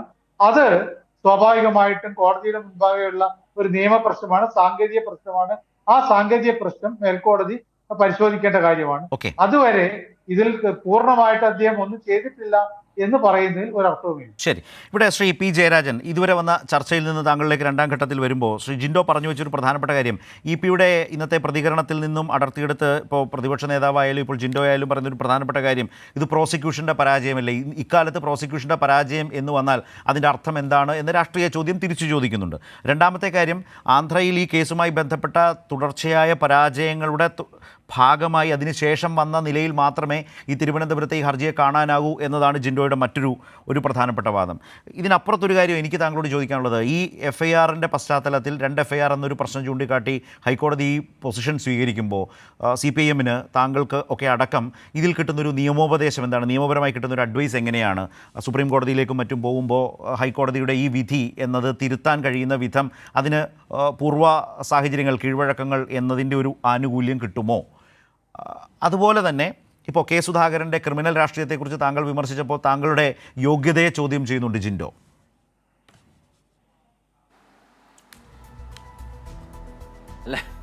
വ്യക്തിപരമായിട്ടുള്ള കാര്യങ്ങൾക്ക് ഞാൻ വളരെയധികം പ്രാധാന്യം കൊടുക്കുന്നില്ല. കാരണം അത് വാദത്തിന് മറുവാദം എന്നത് മാത്രമേ ഞാൻ കണക്കാകൂ. അത് സംബന്ധിച്ച് ഞാൻ ഒരു പ്രതികരണം നടത്തുന്നുണ്ട്, അവസാനമാവാം. ഇവിടെ ജിൻഡോ എന്ന കോൺഗ്രസ് നേതാവിനോട് എനിക്ക് പറയാനുള്ളത്, നമ്മളിവിടെ കോടതിയെ മുറിക്കകത്തുള്ള വാദപ്രതിവാദമല്ലല്ലോ നടത്തുന്നത്. ഈ നാടിൻ്റെ മുമ്പിൽ അറിയാവുന്ന ചില വസ്തുതകളുണ്ട്, സത്യമുണ്ട്. അദ്ദേഹം ഒരു കാര്യം സമ്മതിച്ചു, EP ജയരാജന് വെടിയേറ്റു എന്നത് അദ്ദേഹം സമ്മതിക്കുന്നു. നിങ്ങളുടെ KPCC പ്രസിഡന്റ് അതുപോലും സമ്മതിക്കുന്നില്ലല്ലോ. അന്നത്തെ വെടിയുണ്ടയുടെ ചീളുകൾ ഇപ്പോഴും അദ്ദേഹത്തിൻ്റെ ശരീരത്തിൽ ഉണ്ട് എന്ന് പറഞ്ഞ അവസരത്തിൽ അത് നിഷേധിച്ചയാളാ സുധാകരൻ. എന്ന് പറഞ്ഞാൽ വെടി കൊണ്ടു എന്ന് പറയുന്നത് EP ജയരാജൻ വെറുതെ പറയുന്നതാണ്, CPMകാർ വെറുതെ പറയുന്നതാണ് എന്ന് പ്രചരിപ്പിച്ച് ഈ വധശ്രമത്തെ ന്യായീകരിക്കാൻ ശ്രമിച്ചിട്ടുള്ള ആളാണ് KPCC പ്രസിഡന്റ് സുധാകരൻ. അദ്ദേഹത്തിൻ്റെ ക്രിമിനൽ പശ്ചാത്തലത്തെ സംബന്ധിച്ച് ഞാനിവിടെ സൂചിപ്പിച്ചപ്പോൾ അദ്ദേഹം പറയുന്നത് P ജയരാജൻ്റെ പേരിൽ കേസുണ്ട് എന്നാണ്. കേസ് കോടതിയിലാണ്. കോടതിയിൽ നമുക്ക് പറയാം. യഥാർത്ഥത്തിൽ ആ കേസിൽ, താങ്കൾ പറഞ്ഞിട്ടുള്ള ആ കേസിൽ എന്നെ പിന്നീട് കൂട്ടിച്ചേർത്തതാണ്. ഞാനിവിടെ സുധാകരൻ്റെ കാര്യത്തിൽ ഒരു കാര്യം പറഞ്ഞല്ലോ. മട്ടന്നൂർ പോലീസ് സ്റ്റേഷൻ ലിമിറ്റിൽ പുലിയങ്ങോട്ട് വെച്ച് കർഷക തൊഴിലാളിയും CPM പ്രവർത്തകരുമായിട്ടുള്ള ആ സഖാവിനെ, നാൽപ്പാടി വാസുവിനെ വെടിവെച്ചു കൊന്ന കേസിൽ അന്ന് UDFൻ്റെ ഭരണമായിരുന്നു, കോൺഗ്രസ് ആയിരുന്നു ആഭ്യന്തര വകുപ്പ് കൈകാര്യം ചെയ്തിരുന്നത്. ആ സമയത്ത് പ്രഥമ പേര് റിപ്പോർട്ടിട്ടു. അതിലെ 1-ാം പ്രതിയാണ് സുധാകരൻ എന്നത് ജിൻഡോവിന് നിഷേധിക്കാൻ പറ്റുമോ? എന്നെയൊക്കെ ആ കേസിൽ, ഈ താങ്കൾ പറയുന്ന ഈ കേസിൽ പിന്നീട് പ്രതിയേർത്തതാണ്. ആ കേസിലുള്ള പ്രതികൾ ഇപ്പോഴും കോടതിയിൽ ഉണ്ട്, കോടതിക്ക് മുമ്പിലുണ്ട്. ഞാനതിൻ്റെ കേസിൻ്റെ മറ്റ് കാര്യങ്ങളിലേക്ക് കടന്നു പോകുന്നില്ല. പക്ഷെ നിങ്ങളുടെ നേതാവ് സുധാകരൻ അന്നത്തെ നിങ്ങളുടെ ഭരണത്തിൻ്റെ കീഴിലുള്ള പോലീസ് ഉദ്യോഗസ്ഥന്മാർ നടത്തിയ അന്വേഷണത്തെ തുടർന്ന് ഏറ്റുമുട്ടൽ എന്ന് പറയുന്നത് കൃത്രിമമായിട്ടുണ്ടാക്കിയതാണ് എന്ന് കൃത്യമായി ബോധ്യപ്പെട്ടുകൊണ്ട് FIRൽ 1-ാം പ്രതിയാണ് സുധാകരൻ. അദ്ദേഹത്തെ പിന്നീട് നിങ്ങൾ ഒഴിവാക്കി രാഷ്ട്രീയ സ്വാധീനത്തിൻ്റെ മേൽ. അപ്പോൾ അങ്ങനെയുള്ള നിരവധി കാര്യങ്ങൾ പറയുന്നുണ്ട്, അതിലേക്കൊന്നും ഞാൻ പോകുന്നില്ല. ഇവിടെ പ്രധാനപ്പെട്ട പ്രശ്നം, EP ജയരാജന് വെടിയേറ്റുവെങ്കിൽ ആരാണ് വെടിവെച്ചത് എന്നത് ആന്ധ്രയിലെ കോടതി പരിഗണിച്ചു, ശിക്ഷിച്ചു. ഇപ്പോൾ ഒരു പ്രതി, അദ്ദേഹം ഇപ്പോൾ ജയിലിലാണ്. ആ ജയിലിലായിട്ടുള്ള പ്രതി നേരത്തെ SFIയുടെ നേതാവും ജില്ലാ കൗൺസിൽ മെമ്പറുമായിരുന്ന സഖാവ് KV സുധീഷിനെ വീട്ടിൽ കയറി കൊന്ന കേസിലെ പ്രതിയാണ്. ആ കേസിൽ ശിക്ഷിക്കപ്പെട്ടതുകൊണ്ട് അദ്ദേഹം ഈ പറയുന്ന ആന്ധ്രയിലെ EP ജയരാജൻ വധശ്രമ കേസിലും ആ ശിക്ഷ അനുഭവിച്ചു കൊണ്ടിരിക്കുകയാണ്. വേറൊരു കേസിലെ പ്രതിയെയും ശിക്ഷിച്ചു, പക്ഷേ അദ്ദേഹം മരണപ്പെട്ടു. അപ്പോൾ അവർക്ക് ഈ തോക്കാരാണ് കൊടുത്തത്? ഇതൊക്കെയാണല്ലോ നാട്ടിലെ മുമ്പിലുള്ള പ്രശ്നം, പോലീസിൻ്റെ മുമ്പിലുള്ള പ്രശ്നം. ആ തോക്ക് കൊടുത്തത് സലീമാണ്. പോലീസ് അന്വേഷണ റിപ്പോർട്ടുണ്ട്, ഇത് ഞാൻ പറയുന്നതല്ല. ആ തോക്ക് കൊടുത്ത സലീമും ഈ കൃത്യം നടത്തിയിട്ടുള്ള പ്രതികളും തമ്മിൽ നേരിട്ട് എന്താ ബന്ധം? EP ജയരാജനോട് അവർക്ക് വ്യക്തിപരമായിട്ടുള്ള വല്ല സ്പർദ്ധയുമുണ്ടോ, ശത്രുതയുണ്ടോ? അപ്പോൾ കൃത്യമായിട്ടുള്ള രാഷ്ട്രീയ ഗൂഢാലോചനയാണ് എന്നൊരു പകൽ വെളിച്ചം പോലെ വ്യക്തമാണല്ലോ. അപ്പോൾ അതിൻ്റെ ഉള്ളറകളിലേക്ക് അന്വേഷണം പോകുന്ന അവസരത്തിൽ സാങ്കേതികമായിട്ടുള്ള പ്രശ്നങ്ങൾ ഉന്നയിച്ചുകൊണ്ട് അദ്ദേഹം സമീപിച്ചു. ഇവിടെ ജിൻഡോ പറയുന്നത് പ്രോസിക്യൂഷൻ്റെ പരാജയമാണെങ്കിൽ പിണറായി വിജയൻ്റെ ആഭ്യന്തര വകുപ്പിൻ്റെ പരാജയമല്ലേ എന്നതാണ് ചോദ്യം. ഇവിടെ നമ്മൾ മനസ്സിലാക്കേണ്ടത്, ജില്ലാ കോടതിയിൽ സുധാകരൻ പോയല്ലോ, തനിക്കെതിരായിട്ടുള്ള അന്വേഷണവും ഈ കുറ്റപത്ര സമർപ്പണവും ഒക്കെ ഒഴിവാക്കണമെന്ന് പറഞ്ഞിട്ട് പോയല്ലോ. പോയപ്പോൾ സെഷൻസ് കോടതി അനുവദിച്ചില്ല. അത് നേരത്തെ ശരത് ഇവിടെ പറഞ്ഞു. സെഷൻസ് കോടതിയുടെ വിധിക്കെതിരായിട്ടാണ് സുധാകരൻ ഹൈക്കോടതിയെ സമീപിച്ചത്. അവിടെ പ്രോസിക്യൂഷൻ കൃത്യമായി വാദിച്ചു. ആ സെഷൻസ് കോടതിയുടെ വിധിയാണ് സെറ്റ് അസൈഡ് ചെയ്തിട്ട് ഈ പറയുന്ന സാങ്കേതിക പ്രശ്നം, സുപ്രീം കോടതിയിലെ ചില വിധികളെ എടുത്തുകൊണ്ട് ഒരു സംഭവത്തിൽ 2 FIR എന്നുള്ള സാങ്കേതിക തടസ്സം പറഞ്ഞുകൊണ്ടാണ് ഈ പറയുന്ന വിധി റദ്ദാക്കിയത്, താഴെ കോടതിയുടെ വിധി റദ്ദാക്കിയത്. തീർച്ചയായിട്ടും സുപ്രീം കോടതിയിൽ വാദിക്കാനുള്ള വളരെ വ്യക്തമായിട്ടുള്ള നിയമപരമായിട്ടുള്ള കാര്യങ്ങളുണ്ട് എന്നാണ് ഞാൻ മനസ്സിലാക്കുന്നത്. കാരണം സുപ്രീം കോടതിയുടെ വിധി തന്നെ ഇതിൽ നിന്നും വ്യത്യസ്തമായിട്ടുള്ള വിധികൾ വന്നിട്ടുണ്ട്. ആ വിധി പ്രോസിക്യൂഷൻ ഹൈക്കോടതിയിൽ കൊടുത്തിട്ടുണ്ട്. ഹൈക്കോടതി അത് പരിഗണിച്ചില്ല, അല്ലെങ്കിൽ മറ്റ് വിധികളെ ആസ്പദമാക്കിയിട്ട് സാങ്കേതിക പ്രശ്നമുണ്ട് എന്ന് പറഞ്ഞിട്ടാണ് പോയത്. അതേസമയം നേരത്തെ ഇവിടെ ശരത്ത് പറഞ്ഞ പോലെ ഈ ഗൂഢാലോചനയുടെ വിശദാംശങ്ങളിലേക്ക് കോടതി പോയിട്ടേയില്ല. സാങ്കേതിക പ്രശ്നം പറഞ്ഞിട്ടാണ് ഇത്തരമൊരു വിധി ഹൈക്കോടതിയിൽ ഉണ്ടായത്. അപ്പോൾ സ്വാഭാവികമായിട്ടും സുപ്രീം കോടതിയിൽ ഇരക്ക് നീതി കിട്ടണം എന്ന് പറഞ്ഞിട്ട് സഖാവ് ഇ പി ജയരാജനും ഈ വിധി സുപ്രീം കോടതിയുടെ വിധികളുടെ തന്നെ താല്പര്യത്തിന് കടകവിരുദ്ധമാണ് എന്ന് സൂചിപ്പിച്ചുകൊണ്ട് ഗവൺമെൻറ്റിനും അപ്പീൽ പോകാനുള്ള എല്ലാ സാധ്യതകളുമുണ്ട് എന്നാണ് ഞാൻ മനസ്സിലാക്കുന്നത്. ഇവിടെ ഇത് രാഷ്ട്രീയമായിട്ടുള്ള ഒരു കൃത്യമാണ്, അതല്ലാതെ ഏതെങ്കിലും കവർച്ച നടത്താൻ വേണ്ടിയിട്ട് നടത്തിയിട്ട കൊലപാതകമല്ലല്ലോ. രാഷ്ട്രീയ വിരോധത്തെ അടിസ്ഥാനപ്പെടുത്തി ഇ പി ജയരാജനെ മാത്രമല്ല, ഇന്നത്തെ മുഖ്യമന്ത്രിയായിട്ടുള്ള സഖാവ് പിണറായി വിജയനെയും കോടിയേരി ബാലകൃഷ്ണനെയും ഈ മൂന്നിൽ ആരെയാണോ കിട്ടുന്നത് വധിക്കാനുള്ള ഗൂഢാലോചനയാണ്. ആന്ധ്ര പോലീസ് അന്വേഷിക്കുന്നത്, ആന്ധ്ര കോടതി പരിഗണിക്കുന്നത് ഇ പി ജയരാജനെതിരായിട്ടുള്ള വധശ്രമവുമായി ബന്ധപ്പെട്ട കാര്യം മാത്രമാണ്. അപ്പോൾ ലാർജർ കോൺസ്പിറസി ഇവിടെ നടന്നിട്ടുണ്ട് എന്ന അടിസ്ഥാനത്തിൽ, അത് കേരളത്തിലാണ് എന്നുള്ള അടിസ്ഥാനത്തിൽ ഇവിടെ FIR ഇട്ടു. ആ FIR മറ്റേ FIR-ഉം 2 FIR ആണ് ഒരു സംഭവത്തിൽ. ഇതാണ് സാങ്കേതികമായിട്ടുള്ള പ്രശ്നം പറഞ്ഞിട്ടുള്ളത്. അപ്പോൾ തീർച്ചയായിട്ടും സുപ്രീം കോടതിയിൽ ഈ വിപുലമായിട്ടുള്ള ഗൂഢാലോചന പ്രധാനപ്പെട്ട നേതാക്കന്മാരെ തന്നെ വകവരുത്താനുള്ള കൃത്യമായിട്ടുള്ള രാഷ്ട്രീയ ഗൂഢാലോചന നടത്തിയിട്ടുണ്ട്. അതിൽ MV രാഘവൻ്റെ പേരും ഞാൻ നേരത്തെ പറഞ്ഞിട്ടുണ്ട്. ജിൻഡോ വളരെ പ്രധാനപ്പെട്ട പങ്ക് വഹിച്ചത് സുധാകരനാണ്. ഈ സലീം എന്ന തോക്ക് കൊടുത്ത ആളുണ്ടല്ലോ, അയാളുമായിട്ട് നേരിട്ട് ബന്ധപ്പെട്ട ആൾ സുധാകരനാണ് എന്ന് പോലീസിൻ്റെ അന്വേഷണ റിപ്പോർട്ടുണ്ട്. അതിനെ അടിസ്ഥാനപ്പെടുത്തിയിട്ടാണ് സുധാകരനെ അറസ്റ്റ് ചെയ്തത്. സുധാകരനെ അറസ്റ്റ് ചെയ്ത് ജയിലിലടച്ചിട്ടുണ്ട്, പിന്നീട് ജാമ്യത്തിൽ ഇറങ്ങിയതാണ്. അപ്പം അതുകൊണ്ട് ഗൂഢാലോചനയുടെ വശത്തിലേക്ക് പോകുന്ന അവസരത്തിൽ സുധാകരൻ ആ ക്രിമിനൽ പശ്ചാത്തലമുള്ള ആളാണ് എന്നുള്ള ഒരു സാമാന്യമായിട്ടുള്ള ബോധത്തിന് അനുസരിച്ചിട്ടുള്ള കാര്യങ്ങളാണ് ഇതിലും വന്നിട്ടുള്ളത്. അതുകൊണ്ട് ഈ അന്വേഷണം മുന്നോട്ട് പോകണം. എരിയായിട്ടുള്ള സഖാവ് ഇ പി ജയരാജന് നീതി കിട്ടണം. അതിന് സുപ്രീം കോടതിയെ സമീപിക്കാനുള്ള എല്ലാ സാധ്യതയുമുണ്ട് എന്നാണ് ഞാൻ മനസ്സിലാക്കുന്നത്. ഇവിടെ ജിൻഡോ അദ്ദേഹം പറഞ്ഞു വെച്ചാൽ ഒരു പ്രധാനപ്പെട്ട കാര്യമുണ്ട്. ആ പ്രധാനപ്പെട്ട കാര്യം എന്ന് പറയുന്നത് ഇതിൽ വാടക കൊലയാളികളാണ്, പ്രൊഫഷണൽ കൊട്ടേഷൻ മാഫിയ സംഘങ്ങളാണ്. അവർക്ക് ഒരു വ്യക്തി വൈരാഗ്യവും ഇ പിയോടില്ല. അവർക്ക് തോക്ക് ഏൽപ്പിച്ചു കൊടുത്തു വിടുകയായിരുന്നു ആ പ്രതികൾക്ക്. അപ്പോൾ ആ പ്രതികൾക്ക് അങ്ങനെ ഒരു കൃത്യത്തിലേക്ക് നയിക്കാൻ ചുമതലപ്പെട്ട ആളുകൾ അതിനകത്തുണ്ടായിരുന്നു. അതിലൊരു പേരും സൂചിപ്പിച്ചു, അവരും കെ സുധാകരനുമൊക്കെ. കെ സുധാകരനാണ് ആ നിലയിൽ ഏറ്റവും വലിയ പങ്കാളിത്തം ഇതിൽ വഹിച്ചത് എന്നുകൂടി ശ്രീ ജയരാജൻ പറഞ്ഞിട്ടുണ്ട്. ഈ നിലയിലുള്ള ഗൗരവമായ വശം ആന്ധ്രയിലെ കോടതി ഏറ്റവും അധികം ഈ വധശ്രമമാണ് അതിലേക്കാണ്, ഒരു ലാർജർ കോൺസ്പിറസിയിലേക്ക് കോടതി പോയിട്ടില്ല. ആന്ധ്ര പോലീസും ആ നിലയിലേക്ക് അന്വേഷിക്കാൻ താല്പര്യപ്പെട്ടിട്ടില്ല. ഗൂഢാലോചന നടന്നിട്ടുള്ളത് തിരുവനന്തപുരത്തായതുകൊണ്ട് തന്നെ തിരുവനന്തപുരത്ത് സ്വാഭാവികമായും സ്വകാര്യ ഹർജി കൊടുക്കാനുള്ള അവകാശം ഇതിലെ ഇരയ്ക്കുണ്ട്. ഇ പി ജയരാജൻ അങ്ങനെ ഹർജിക്കാരനാകുന്നു, അങ്ങനെ മുന്നോട്ട് പോയിട്ടുണ്ട്. ഇതൊരു ഭാഗം. ഇതിൽ കെ സുധാകരൻ എന്ന രാഷ്ട്രീയ നേതാവിനെ ഉൾപ്പെടുത്തുമ്പോൾ ശ്രീ പി ജയരാജനും CPIM അന്നു മുതലെന്നല്ല നിരന്തരം പറഞ്ഞുകൊണ്ടിരിക്കുന്ന ഒരു പ്രശ്നം എന്താണ്? കെ സുധാകരൻ്റേത് ഇതൊരു ഒറ്റപ്പെട്ട കേസല്ല. ഇപ്പം നാൽപ്പാടി വാസു വധവുമായി ബന്ധപ്പെട്ട് അപ്പോൾ തന്നെ ഇട്ട UDF ഭരണകാലത്തിട്ട അപ്പോഴിട്ട FIR-ലെ പേരുകാരനാണ് കെ സുധാകരൻ. ശ്രീ ജയരാജൻ പറഞ്ഞത് കേട്ടില്ലേ? നേരത്തെ പറഞ്ഞ കുളങ്ങരയത്ത് രാഘവൻ ബോംബാക്രമണത്തിൽ കൊല്ലപ്പെട്ട കേസിലെ പ്രതികൾ കോൺഗ്രസ്സുകാരാണ്. അതിലെ ഒന്നാം പ്രതി ആര് എന്ന് അദ്ദേഹം പറഞ്ഞു. ഇങ്ങനെ ഓരോ സാഹചര്യവും എടുത്തു നോക്കിയാൽ കണ്ണൂരിൽ ബോംബ് രാഷ്ട്രീയം കൊണ്ടുവന്നത് ആരംഭിച്ചത് കെ സുധാകരനാണ് എന്ന നിലയിലുള്ള ഗുരുതര രാഷ്ട്രീയ വിമർശനം CPM-നുണ്ട്. അപ്പോൾ ഇതിൽ ഇപ്പോൾ കിട്ടിയൊരു ആശ്വാസം കൊണ്ട് അദ്ദേഹം തന്നെ കരുതുന്ന അദ്ദേഹത്തിൻ്റെ മേലൊരു ക്രിമിനൽ ലേബലുണ്ട്, അതെല്ലാം മാറിക്കിട്ടി എന്ന് അദ്ദേഹം ധരിക്കുമ്പോൾ തന്നെ അദ്ദേഹത്തിൻ്റെ ഉള്ളിലും ആ പ്രശ്നമുണ്ട്. നാട്ടുകാർ തന്നെ അങ്ങനെ കാണുന്നു എന്നൊരു പ്രശ്നവും പേറി ജീവിക്കുന്നയാളല്ലേ കെ സുധാകരൻ. അതുകൊണ്ടല്ലേ ഇന്ന് അദ്ദേഹം ഫസ്റ്റ് റെസ്പോൺസിന് അങ്ങനെ ആയിപ്പോയത്.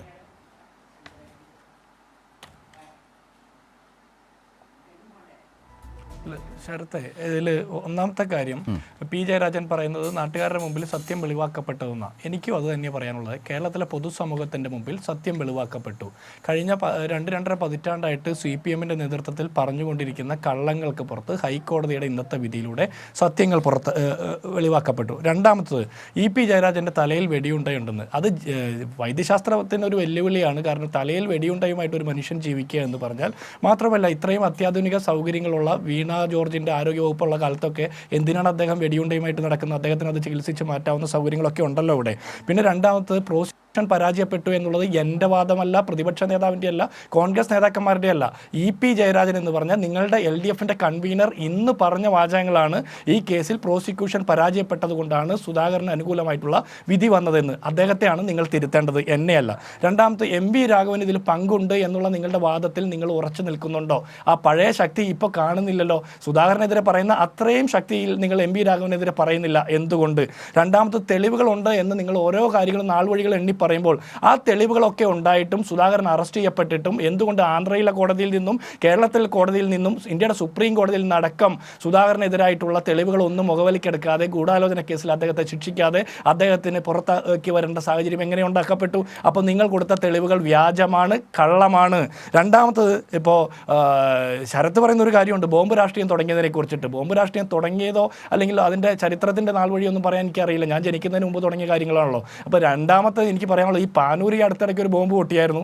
അതിനുശേഷം നമ്മൾ ബോംബ് നിർമ്മിക്കുന്നതിനിടയ്ക്ക് പൊട്ടി മരിച്ച ആളുകൾക്ക് രക്തസാക്ഷി മണ്ഡപം ഉണ്ടാക്കിയിട്ട് അത് ഉദ്ഘാടനം ചെയ്യാൻ പോകുന്ന MV ഗോവിന്ദൻ്റെ കഥയും നമ്മൾ കേട്ടു. അപ്പോൾ ഇതൊക്കെ എങ്ങനെയാണ് CPM എൻഡോഴ്സ് ചെയ്യുന്നത്? അപ്പോൾ ഈ ബോംബ് രാഷ്ട്രീയത്തെക്കുറിച്ചോ കൊലപാതക രാഷ്ട്രീയത്തെക്കുറിച്ചാണ് പറയുന്നതെങ്കിൽ അതിന് നമ്മളൊരു മറ്റ് ചർച്ചയായിരിക്കും നല്ലത്. കാരണം അതിന് എന്നേക്കാൾ യോഗ്യരായിട്ടുള്ള ആളുകൾ നിങ്ങൾ തന്നെയാണ്. അപ്പോൾ അതിന് ഞാൻ സംസാരിക്കാനിരിക്കുന്നതിൽ വലിയ അർത്ഥമില്ല.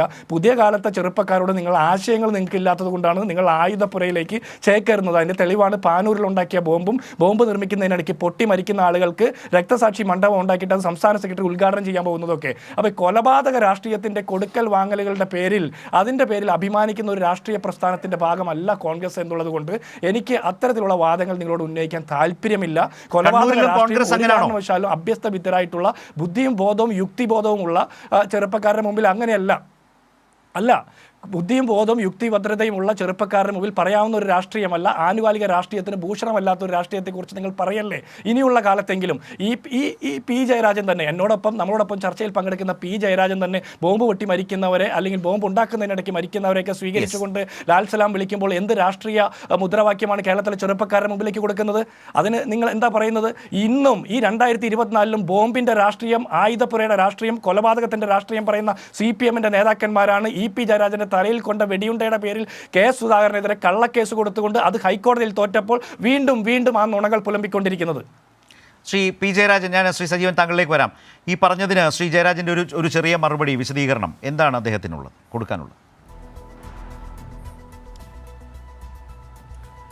അതായത് അദ്ദേഹം KSUവിലൂടെ ഉയർന്നു വന്ന നേതാവായിരിക്കാം എന്നതാണ് ഞാൻ അനുമാനിക്കുന്നത്. കേരളത്തിലെ ക്യാമ്പസുകളിൽ ആരാണ് ഈ SFIക്കെതിരായിട്ട് കൊലപാതകം നടത്തിയത്? ക്യാമ്പസുകളിൽ ഏതെങ്കിലും ഒരു KSUക്കാരൻ കൊല ചെയ്യപ്പെട്ട സംഭവം ഉണ്ടായിട്ടുണ്ടോ? SFIക്കാർ പ്രതിസ്ഥാനത്ത് വന്നിട്ടുണ്ടോ? കൊലപ്പെടുത്തിയതെല്ലാം SFIക്കാരെയാണ്. അപ്പോൾ അവർ ഈ പറയുന്ന മഹാസമാധാനവാദികളായിട്ട് അവതരിപ്പിക്കുമ്പോൾ പ്രേക്ഷകർ ചിരിച്ചു തള്ളും. കാരണം ഈ KSU ഇന്ന് കേരളത്തിലെ ക്യാമ്പസുകളിൽ കാഴ്ചവസ്തുവായിട്ട് മാറിയിട്ടുണ്ടെങ്കിൽ അക്രമ രാഷ്ട്രീയത്തിൻ്റെ ഫലമായിട്ടാണ്. ഏറ്റവും ഒടുവിൽ ധീരജിനെ കൊലപ്പെടുത്തിയല്ലോ. ആ കൊലപ്പെടുത്തിയ ധീരജിൻ്റെ കൊലയാളികളെ കൂട്ടി നടന്നിട്ടുള്ളവരാണ് കോൺഗ്രസിൻ്റെ നേതാക്കന്മാർ. സുധാകരൻ അതിനെ പരസ്യമായിട്ട് ന്യായീകരിച്ചല്ലോ. ഞങ്ങൾ മാലയിട്ട് സ്വീകരിക്കുമെന്ന് പരസ്യമായി പ്രഖ്യാപിച്ചല്ലോ. ഇവിടെ അക്രമ രാഷ്ട്രീയത്തെപ്പറ്റി പറയുമ്പോൾ അതിന് കോൺഗ്രസിൻ്റെ ഉത്തരവാദിത്തത്തിൽ നിന്ന് അദ്ദേഹത്തിന് ഒഴിഞ്ഞു മാറാൻ പറ്റുമോ? അദ്ദേഹം ജനിക്കുന്നതിന് മുമ്പേ എത്രയെത്ര സംഭവങ്ങൾ നടന്നിട്ടുണ്ട്. അദ്ദേഹത്തിന് അറിയുമോ മൊയാർത്ത് ശങ്കരനെ? മലബാറിലെങ്ങും കോൺഗ്രസിൻ്റെ സന്ദേശം പ്രചരിപ്പിച്ച് നടന്നിട്ടുള്ള ആ മൊയാർത്ത് ശങ്കരനെ കമ്മ്യൂണിസ്റ്റ് മുദ്ര കുത്തി തല്ലിക്കൊന്നവരാണ് കോൺഗ്രസ്. ബോംബ് രാഷ്ട്രീയത്തെക്കുറിച്ച് പറഞ്ഞല്ലോ, ഞാൻ നേരത്തെ സൂചിപ്പിച്ചത് മാത്രമാണ്. അടിയന്തരാവസ്ഥ കാലത്ത് കൊളങ്ങരോത്ത് രാഘവൻ എന്ന വീട് തൊഴിലാളിയെ ബോംബെറിഞ്ഞ് കൊലപ്പെടുത്തിയ കേസിൽ ശിക്ഷിക്കപ്പെട്ട KPCCയുടെ സെക്രട്ടറി ആയിരുന്ന മമ്പ്രം ദിവാകരനെ പിണറായി വിജയനെതിരായിട്ട് അസംബ്ലി മണ്ഡലത്തിൽ സ്ഥാനാർത്ഥിയാക്കി നിർത്തിയ പാരമ്പര്യം കോൺഗ്രസിനാണ്. ഞങ്ങൾക്ക് അങ്ങനെയുള്ളൊരു പാരമ്പര്യമൊന്നുമില്ല. ഇവിടെ രാഷ്ട്രീയ സംഘർഷങ്ങൾ ഉണ്ടായിട്ടുണ്ട്. ആ രാഷ്ട്രീയ സംഘർഷങ്ങളുടെ കാര്യത്തിൽ ഞങ്ങൾ ജനങ്ങളെ അണിനിരത്തി പ്രതിരോധിച്ചിട്ടുണ്ട്. പിന്നെ ബോംബുണ്ടാക്കുന്ന അവസരത്തിൽ പൊട്ടി മരിച്ചു എന്നൊക്കെ പറയുന്നുണ്ടല്ലോ. പാനൂരിൽ വള്ളിയായി എന്ന് പറയുന്ന ഒരു പ്രദേശത്ത് നിങ്ങളൊരു കോൺഗ്രസിൻ്റെ നേതാവുണ്ട്, ഒരു കൈയില്ല. ഇപ്പോൾ ബോംബുണ്ടാക്കുന്ന അവസരത്തിൽ സംഭവിച്ചതാ. അയാളിപ്പോൾ കോൺഗ്രസിൻ്റെ നേതാവായിട്ട് നടക്കുകയാണ്. ഞാൻ ആളെ പേര് പറയുന്നില്ല, പേര് വേണമെങ്കിൽ ജിൻഡോവിന് ഞാൻ പറഞ്ഞു തരാം. അങ്ങനെ എത്രയോ സംഭവങ്ങൾ കണ്ണൂർ DCC ആഫീസ് ഈ സുധാകരൻ DCC പ്രസിഡൻ്റായിരിക്കുന്ന ഘട്ടത്തിൽ 3 തരം ബോംബ് ഉണ്ടാക്കുന്നുണ്ട് എന്ന് പരസ്യമായി പ്രഖ്യാപിച്ചത് നിങ്ങളുടെ ജനറൽ സെക്രട്ടറി നാരായണൻകുട്ടിയാണ്. ഇന്ത്യ ടുഡേ എന്ന് പറയുന്ന മാസികയിൽ ആ 3 തരം ബോംബുകളും പ്രദർശിപ്പിച്ചു. ഫോട്ടോ വന്നു. നിഷേധിക്കാൻ കഴിയുമോ? നിങ്ങളൊക്കെ ജനിക്കുന്നതിന് മുമ്പായിരിക്കാം, പക്ഷേ കോൺഗ്രസിൻ്റെ ചരിത്രം അതിന് മുമ്പുണ്ടല്ലോ. അക്രമ രാഷ്ട്രീയത്തിൻ്റെയും ബോംബ് രാഷ്ട്രീയത്തിൻ്റെയും ചരിത്രം കോൺഗ്രസിന് മുമ്പുമുണ്ട് ജിൻഡോ. ഇന്ത്യ ടുഡേ അത് കൃത്യമായി പ്രസിദ്ധീകരിച്ചിട്ടുണ്ട്. ഒന്ന് പുകയുണ്ടാക്കുന്ന ബോംബ്, മറ്റൊന്ന് പരിക്കേൽപ്പിക്കുന്ന ബോംബ്, ആളെ കൊല്ലുന്ന ബോംബ് അത് ഉണ്ടാക്കി വെച്ചിട്ടുണ്ടെന്ന് പരസ്യമായിട്ട് പ്രഖ്യാപിച്ച കോൺഗ്രസ് നേതാക്കന്മാർ ഈ സമൂഹത്തിൽ ജീവിച്ചിരിക്കുന്ന അവസരത്തിൽ കൈരളി ചാനലിൻ്റെ ചർച്ചയിൽ വന്നിട്ട് ജിൻഡോ പറയുന്നത് ഇതൊക്കെ മാർക്സിസ്റ്റുകാരാണ്. ഞങ്ങൾ കൃത്യമായി തീരുമാനിച്ചു അക്രമ രാഷ്ട്രീയം അവസാനിപ്പിക്കണം, സമാധാനപരമായിട്ടുള്ള ജീവിതം വേണം, ആധുനിക കേരളത്തെ നവകേരളമായി വികസിപ്പിക്കുന്നതിന് വേണ്ടി സംഘർഷം ഒഴിവാക്കണം, ഞങ്ങൾ തീരുമാനിച്ചിട്ടുണ്ട്. ഞങ്ങളെ ആക്രമിച്ച് കൊലപ്പെടുത്തിയിട്ടും തിരിച്ചടിക്കാത്തൊരു പാർട്ടിയാണ് CPIM എന്നുകൂടി ജിൻഡോ മനസ്സിലാക്കണം. ഇതൊക്കെ ജനങ്ങൾ തിരിച്ചറിഞ്ഞിട്ടുണ്ട്. പക്ഷേ RSSും കോൺഗ്രസും കേരളത്തിൽ കൊലക്കത്ത് താഴെ വെച്ചിട്ടില്ല എന്നതുകൂടി നിങ്ങൾ മനസ്സിലാക്കണം. ഞങ്ങൾ സമാധാന രാഷ്ട്രീയം ഉയർത്തിപ്പിടിക്കുന്ന പ്രസ്ഥാനമാണ്. പാനൂരിലെ കുന്നോത്തുപറമ്പിൽ ബോംബ് സ്ഫോടനം നടന്നപ്പോൾ 2 ഗ്യാങ്ങുകൾ തമ്മിലുള്ളതാണ് എന്ന് വ്യക്തമായിട്ടും നിങ്ങളാണ് തെരഞ്ഞെടുപ്പിൽ 4 വോട്ട് കിട്ടുമോ എന്ന് നോക്കിയിട്ട് അത് CPMൻ്റെ മേൽ ചാർത്തിയത്. ഞങ്ങൾ അതിനെ പരസ്യമായിട്ട് തള്ളിപ്പറഞ്ഞതാണ്. ഞാൻ നേരത്തെ പറഞ്ഞതുപോലെ ഞങ്ങൾക്ക് നേരെ കൊലപാതകം നടന്നിട്ടും തിരിച്ചടിക്കാത്തൊരു സമീപനം CPIM സ്വീകരിക്കുന്നു എന്നത് കേരളത്തിലെ സമാധാനവാദികളായിട്ടുള്ള ജനങ്ങൾ കൃത്യമായിട്ട് മനസ്സിലാക്കിയിട്ടുണ്ട് എന്നതാണ് എനിക്ക് ഇത് സംബന്ധിച്ച് പറയാനുള്ളത്. ഇവിടെ EP ജയരാജൻ്റെ വധശ്രമ കേസിൽ ഗൂഢാലോചന വളരെ വ്യക്തമാണല്ലോ. അപ്പോൾ അതുകൊണ്ട് ജനങ്ങളുടെ കോടതിയിൽ ഇതൊക്കെ ചർച്ച ചെയ്യപ്പെടും എന്ന് ജിൻഡോ മനസ്സിലാക്കണം, കോൺഗ്രസ് നേതാക്കന്മാർ മനസ്സിലാക്കണം. നിയമയുദ്ധത്തിൻ്റെ കാര്യത്തിൽ സുപ്രീം കോടതിയിൽ സഖാവ് EP ജയരാജന് നല്ല സേ ഉണ്ട്. അത് തീർച്ചയായിട്ടും നിയമവിദഗ്ധന്മാരുമായി ആലോചിച്ച് സർക്കാർ അപ്പീൽ കൊടുക്കും. അതിൽ എന്ന നിലക്ക് പെറ്റീഷൻ കൊടുക്കാനും സാധ്യതയുണ്ട്. ഇപ്പോൾ എന്നെ ആക്രമിച്ച കേസുണ്ടല്ലോ, 24 കൊല്ലം മുമ്പേ എന്നെ ആക്രമിച്ച കേസ് ഹൈക്കോടതിയിൽ നിന്ന് വിട്ടല്ലോ. അത് സംബന്ധിച്ച് ഞാൻ ചില കാര്യങ്ങൾ പരസ്യമായിട്ട് തന്നെ പറഞ്ഞിട്ടുണ്ട്. അപ്പോൾ പല നിരക്കും യഥാർത്ഥ വസ്തുതകളെ കോടതിയുടെ മുമ്പിൽ എത്തിക്കാതിരിക്കാൻ വേണ്ടി പോലീസ് ശ്രമിക്കുന്ന കാര്യമുണ്ട്. അതൊക്കെ ഈ EP ജയരാജൻ വധശ്രമ കേസിൽ വ്യക്തമാണ്. EP ജയരാജനെ കൊലപ്പെടുത്താൻ വേണ്ടിയുള്ള ഗൂഢാലോചന നടത്തിയതിൽ സുധാകരനുണ്ട്, രാഘവനുണ്ട്, അതുപോലെ RSSകാരായിട്ടുള്ള വാടക കൊലയാളികൾ കൃത്യമായി ഇതിൽ പങ്കെടുത്തിട്ടുണ്ട്. അത് ഒരു ചരിത്ര വസ്തുതയാണ്. അത് നിഷേധിക്കാൻ ജിൻഡോ വിചാരിച്ചാൽ നടക്കില്ല എന്നതാണ് സംബന്ധിച്ച് പറയാം. ഇവിടെ ശ്രീ സജീവൻ, ഞാൻ ഇടവേളയിലേക്ക് പോകുന്നതിന് മുമ്പ് താങ്കളുടെ ഒരു അഭിപ്രായം ഇക്കാര്യത്തിൽ, അതായത് ഇപ്പോൾ FIR ഒരു കേസിൽ 2 FIR പാടില്ല എന്ന കാഴ്ചപ്പാടിൽ നിന്നുകൊണ്ട് ഹൈക്കോടതി ഒരു പൊസിഷൻ സ്വീകരിച്ച് വരുന്നതിൻ്റെ ആനുകൂല്യം കെ സുധാകരൻ ലഭിക്കുമ്പോഴും അത് നിയമപരമായി വീണ്ടും ചോദ്യം ചെയ്യപ്പെടുന്നു. അതിന് നല്ല സേ ഉണ്ട് എന്നാണ് ശ്രീ ജയരാജൻ പറഞ്ഞു വെച്ചത്.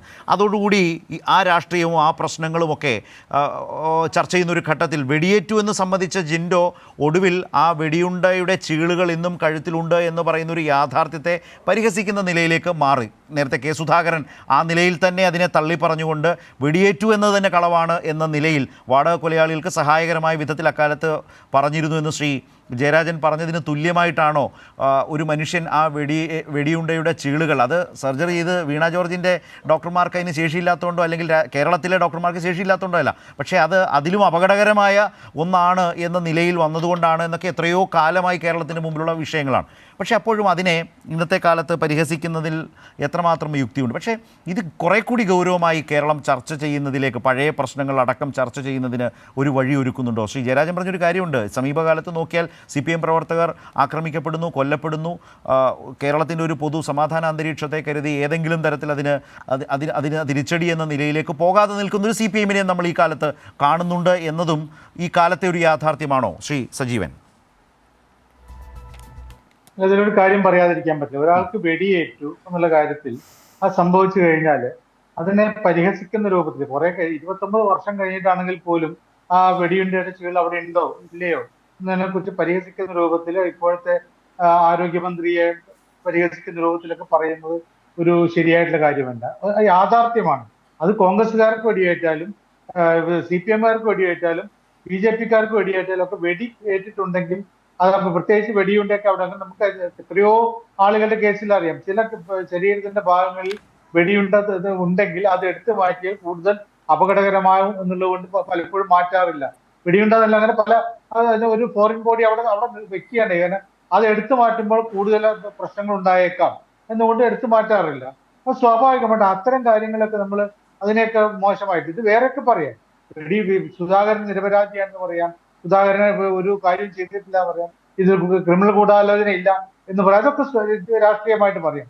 പക്ഷെ വെടിയേറ്റ ഒരാൾക്ക് അതിന് വെടിയേറ്റ് അത് പണ്ടേ തന്നെ ഇപ്പൊ താങ്കൾ പറഞ്ഞ പോലെ സുധാകരൻ ഉൾപ്പെടെയുള്ള ആളുകൾ ഇത് ഇപ്പൊ ആവർത്തിച്ച് പറഞ്ഞുകൊണ്ടിരിക്കുന്നതാണ്. ജയരാജന് വെടിയേറ്റിട്ടില്ല, ഇ പി ജയരാജൻ ഒരിക്കൽ പോലും വെടിയേറ്റില്ല, അത് കളവ് പറയാന്നൊക്കെ പലപ്പോഴും പറയാറുണ്ട്.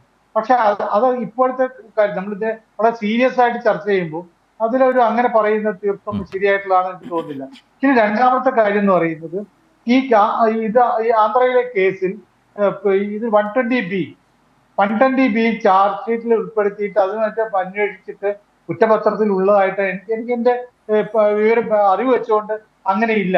സ്വാഭാവികമായിട്ടും ക്രിമിനൽ ഗൂഢാലോചന നടന്നിട്ടുണ്ട് എങ്കിൽ ഇത് നടന്നുള്ള കാര്യം നടക്കുന്ന കാര്യം സംശയമില്ല. കാരണം ഈ പറയുന്ന ആളുകൾക്ക് ഇ പി ജയരാജനെ വെടിവെച്ച ആളുകൾക്ക് ഒരിക്കൽ പോലും അദ്ദേഹത്തോട് വ്യക്തിപരമായ വിരോധമൊന്നുമില്ല. ആ വ്യക്തിപരമായ വിരോധത്തിന്റെ പേരിലോ നേരത്തെ എന്തെങ്കിലും രാഷ്ട്രീയ വിരോധത്തിന്റെ പേരിലോ അല്ലെങ്കിൽ മറ്റെന്തെങ്കിലും കാരണത്താലോ ആണ് അവർ ചെയ്തതെങ്കിൽ അത് സ്ഥാപിക്കാം. അപ്പൊ ഒരു ക്രിമിനൽ ഗൂഢാലോചന ഉണ്ടാവണമെന്നില്ല. ഈ ഇവിടെ പെരുമ്പാവൂരിൽ മറ്റേ എന്താണ് നിയമ വിദ്യാർത്ഥിയെ കൊന്ന കേസിൽ അവിടെ ക്രിമിനൽ ഗൂഢാലോചന ഇല്ല. ഇവിടെ അങ്ങനെ ഒരു സംഭവം ഉണ്ടാകുമ്പോൾ ഇതിൽ 120B തീർച്ചയായിട്ടും വേണ്ടതാണ്. പക്ഷെ അവിടെ അത് എടുത്തില്ല എന്നുള്ളതുകൊണ്ട് ഇവിടെ പരാതി കൊടുക്കുന്നത്. ഇതിൽ കോടതി പറയുന്ന സാങ്കേതിക പ്രശ്നങ്ങൾ ഒരു പക്ഷേ ഇനി ഒരു പക്ഷേ ഇത് തന്നെയായിരിക്കും മേൽക്കോടതി പറയാം. സാങ്കേതികമാണത്. ആ സാങ്കേതിക പ്രശ്നം കൊണ്ട് പക്ഷെ തള്ളിപ്പോകണം. പക്ഷെ എന്നാൽ പോലും നമ്മൾ ഈ കേസിൽ പ്രഥമ ദൃഷ്ട്യാ തന്നെ ഇതിനെക്കുറിച്ച് കേട്ടറിയുമ്പോൾ തന്നെ ഇതിലൊക്കെ 120B ഉണ്ട്. അത് കെ സുധാകരനാണോ മറ്റാരെങ്കിലും ആണോ എന്നൊക്കെ പിന്നെ തെളിയിക്കപ്പെടേണ്ട കാര്യമാണ്. എന്തായാലും ഇത് അങ്ങനെ സംഭവമേ ഇല്ല എന്ന രീതിയിലാണ് ആന്ധ്ര പോലീസ് ഈ കേസുമായി മുന്നോട്ടേക്ക് പോയത്. അതെ, താങ്കൾ പറഞ്ഞ പോലെ ചാർജ് ഷീറ്റിൽ ഇതുണ്ടായിരുന്നില്ല, ഉൾപ്പെടുത്തിയിരുന്നില്ല എന്നത് വസ്തുത തന്നെയാണ്. ആ പ്രതികൾ, അതായത് കുറ്റകൃത്യം ചെയ്ത പ്രതികൾക്ക് നേരെയാണ്, പ്രതികൾക്ക് ആയിരുന്നു കുറ്റപത്രം ഉണ്ടായിരുന്നത്. അതിൻ്റെ അടിസ്ഥാനത്തിലാണ് അവർ ശിക്ഷിക്കപ്പെട്ടത്. ഒരാൾ വിചാരണയ്ക്കിടയിൽ മരണപ്പെടുകയും ചെയ്തു, ഒരു പ്രതി ശിക്ഷിക്കപ്പെടുകയും ചെയ്തു. ജിൻഡോ, ഒരു കാര്യം കൂടി, ഇപ്പോൾ ഈ സമീപകാലത്ത് നിരവധി CPIM പ്രവർത്തകർക്ക് ജീവൻ നഷ്ടപ്പെടുന്ന സാഹചര്യം രാഷ്ട്രീയ എതിരാളികളാൽ സംഭവിച്ചിട്ടുണ്ട് എന്നതൊരു വസ്തുതയാണ്. അതും താങ്കൾ പറഞ്ഞ പോലെ ജനങ്ങൾ കാണുന്നുണ്ട്, വിലയിരുത്തുന്നുണ്ട്. മറുഭാഗത്ത് ഒരൊറ്റ കേസ് പോരെ, ധീരജ് കൊല കേസിൽ ഇടുക്കി ഗവൺമെൻറ് കോളേജിലെ ആ വിദ്യാർത്ഥിയെ കൊലപ്പെടുത്തിയ കേസിലെ യൂത്ത് കോൺഗ്രസോ KSU ഒക്കെ അല്ല, യൂത്ത് കോൺഗ്രസ് നേതാവായിട്ടുള്ള നിഖിൽ പൈലി പ്രതിയായി വന്ന കേസിൽ ആ പ്രതിയെ എങ്ങനെയാണ് കെ സുധാകരൻ വാരിപ്പുണർന്ന് പിന്തുണച്ച് കൊണ്ടുപോകുന്നതെന്ന് കണ്ടതല്ലേ. കോൺഗ്രസ് അനുഭാവികളോ മറ്റുമാണ് ഈ പറഞ്ഞ ധീരജിൻ്റെ അച്ഛനും അമ്മയും. അവരെ പോലും വല്ലാതെ വേദനിപ്പിക്കും വിധത്തിലാണ് എൻ്റെ കുട്ടികളെന്നാണ് ആ പ്രതിയെക്കുറിച്ച്, ആ സംഘത്തെക്കുറിച്ച് KPCC പ്രസിഡന്റ് പറഞ്ഞത്. ഇതും നാട്ടുകാർ കാണുകയല്ലേ, മനസ്സിലാക്കുകയല്ലേ?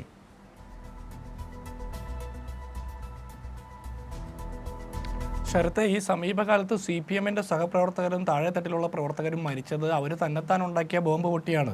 പാനൂരിൽ അടക്കമുള്ള സംഭവങ്ങൾ നമ്മുടെ മുമ്പിലുണ്ട്. മറ്റ് രാഷ്ട്രീയ കൊലപാതകങ്ങളെ കുറിച്ചിട്ട് ഈ സമീപകാലത്ത് ഒരു ചരിത്രവും ഞാൻ പെട്ടെന്ന് ഓർക്കുന്നില്ല. രണ്ടാമത്തത് EP ജയരാജൻ പറഞ്ഞ കാര്യമുണ്ട്, അത് തന്നെയാണ് താങ്കൾ വീണ്ടും പറഞ്ഞത്. ഈ ക്യാമ്പസുകളിലെ കൊലപാതകത്തെക്കുറിച്ച് KSUവിൻ്റെ സംസ്ഥാന ജില്ലാ വൈസ് പ്രസിഡന്റായിരുന്ന സജിത് ലാലിനെ ബോംബ് എറിഞ്ഞ് വെട്ടിക്കൊന്നത് ആരാണെന്നൊക്കെ കൃത്യമായിട്ട് അറിയാം. സജിത് ലാൽ ചുമ്മാ നടന്നു പോയപ്പോൾ തല ഇറങ്ങി വീണ് മരിച്ചതല്ല, CPM നേതാക്കന്മാർ കൊന്നു കളഞ്ഞതാണ് അല്ലേ. അതിൽ അഭിനമിക്കുന്ന ഒരു രാഷ്ട്രീയമല്ല എൻ്റെ അല്ല ഞാൻ പറയട്ടെ, എല്ലാം പോകാതിരുന്നത്. ഞാൻ പൂർത്തിയാക്കട്ടെ. ശ്രീ ജയരാജൻ, താങ്കൾ സംസാരിച്ചപ്പോൾ ഞാൻ ഇടപെട്ടില്ല എന്നുള്ളതാണ് എൻ്റെ ജനാധിപത്യ മര്യാദ. അതുകൊണ്ട് എന്നെ പൂർത്തിയാക്കാൻ അനുവദിക്കുക. അത് കഴിഞ്ഞിട്ട് താങ്കൾക്ക് പറയാനുള്ളത് താങ്കൾക്ക് പറയാമല്ലോ. രണ്ടാമത്തത്, താങ്കൾ ധീരജിൻ്റെ കാര്യം പറഞ്ഞു. ഈ ധീരജിൻ്റെ കൊലക്കേസിനെ കുറിച്ച് പറഞ്ഞാൽ ഇടുക്കിയിൽ ആ കൊലക്കേസ് നടക്കുന്നത് ക്യാമ്പസിനകത്തല്ല, ക്യാമ്പസിന് പുറത്ത് 100-300 മീറ്റർ പുറത്താണ്, തെരുവിലാണ്.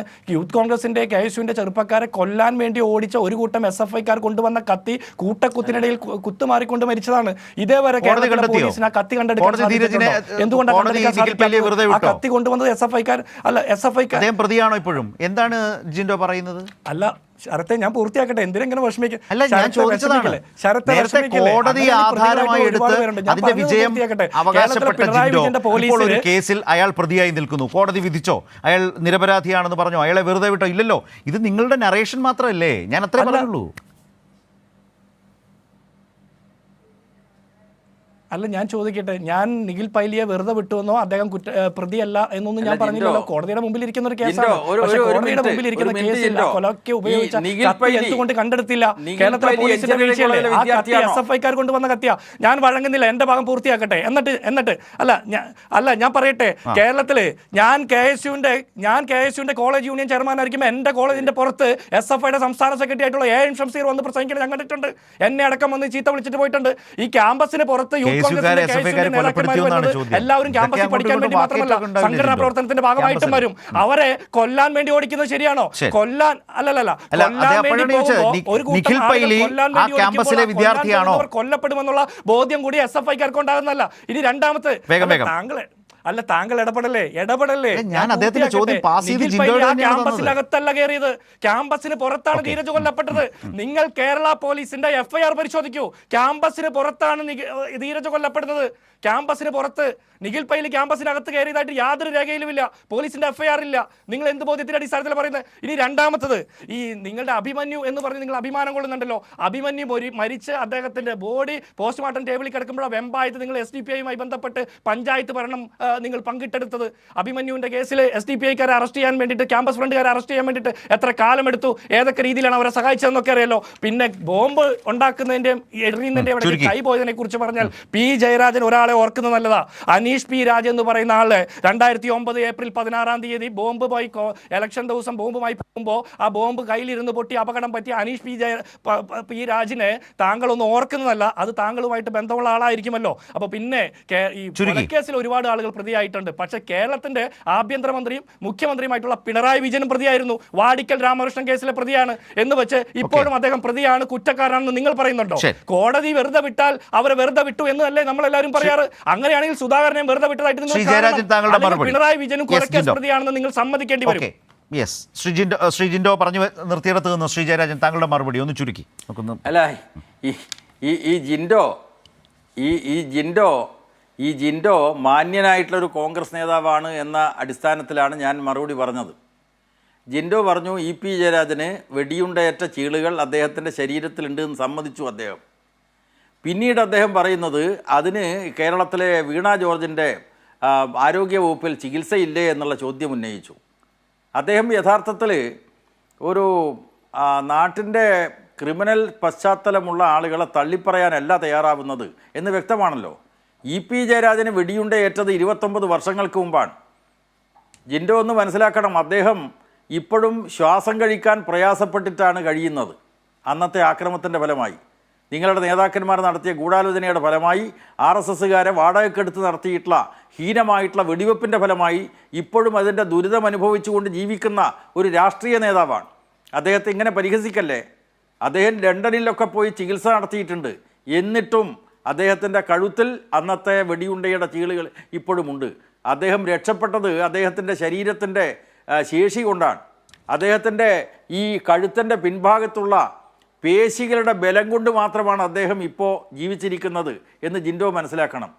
രാഷ്ട്രീയ പ്രവർത്തകന്മാരാകുമ്പോൾ നമ്മൾ പരസ്പരം അങ്ങോട്ടും ഇങ്ങോട്ടും വിമർശിക്കും. പക്ഷേ വസ്തുതകളെ ഈ വിധം പരിഹസിച്ച് കാണുന്നത് ശരിയല്ല എന്ന് ജിൻഡോ എന്ന യൂത്ത് നേതാവിനോട് ഉപദേശിക്കാൻ ഒരു പ്രായമുള്ള ആളെന്ന നിലയ്ക്ക് എനിക്ക് അർഹതയുണ്ട് എന്നാണ് തോന്നുന്നത്. ഇവിടെ അദ്ദേഹം വേറൊരു നുണ പറഞ്ഞു. ക്യാമ്പസിനകത്ത് വെച്ചല്ല ധീരജ് കൊല ചെയ്യപ്പെട്ടത് എന്നതാണ്. ക്യാമ്പസിനകത്ത് കയറിയിട്ടുള്ള ഒരു കൊലപാതകമായിരുന്നില്ലേ അത്?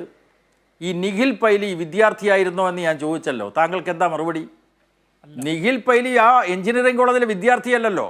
വിദ്യാർത്ഥികൾ തമ്മിലുള്ള സംഘർഷത്തിലാണ് ധീരജിന് മരണം സംഭവിച്ചതെങ്കിൽ മനസ്സിലാക്കാം.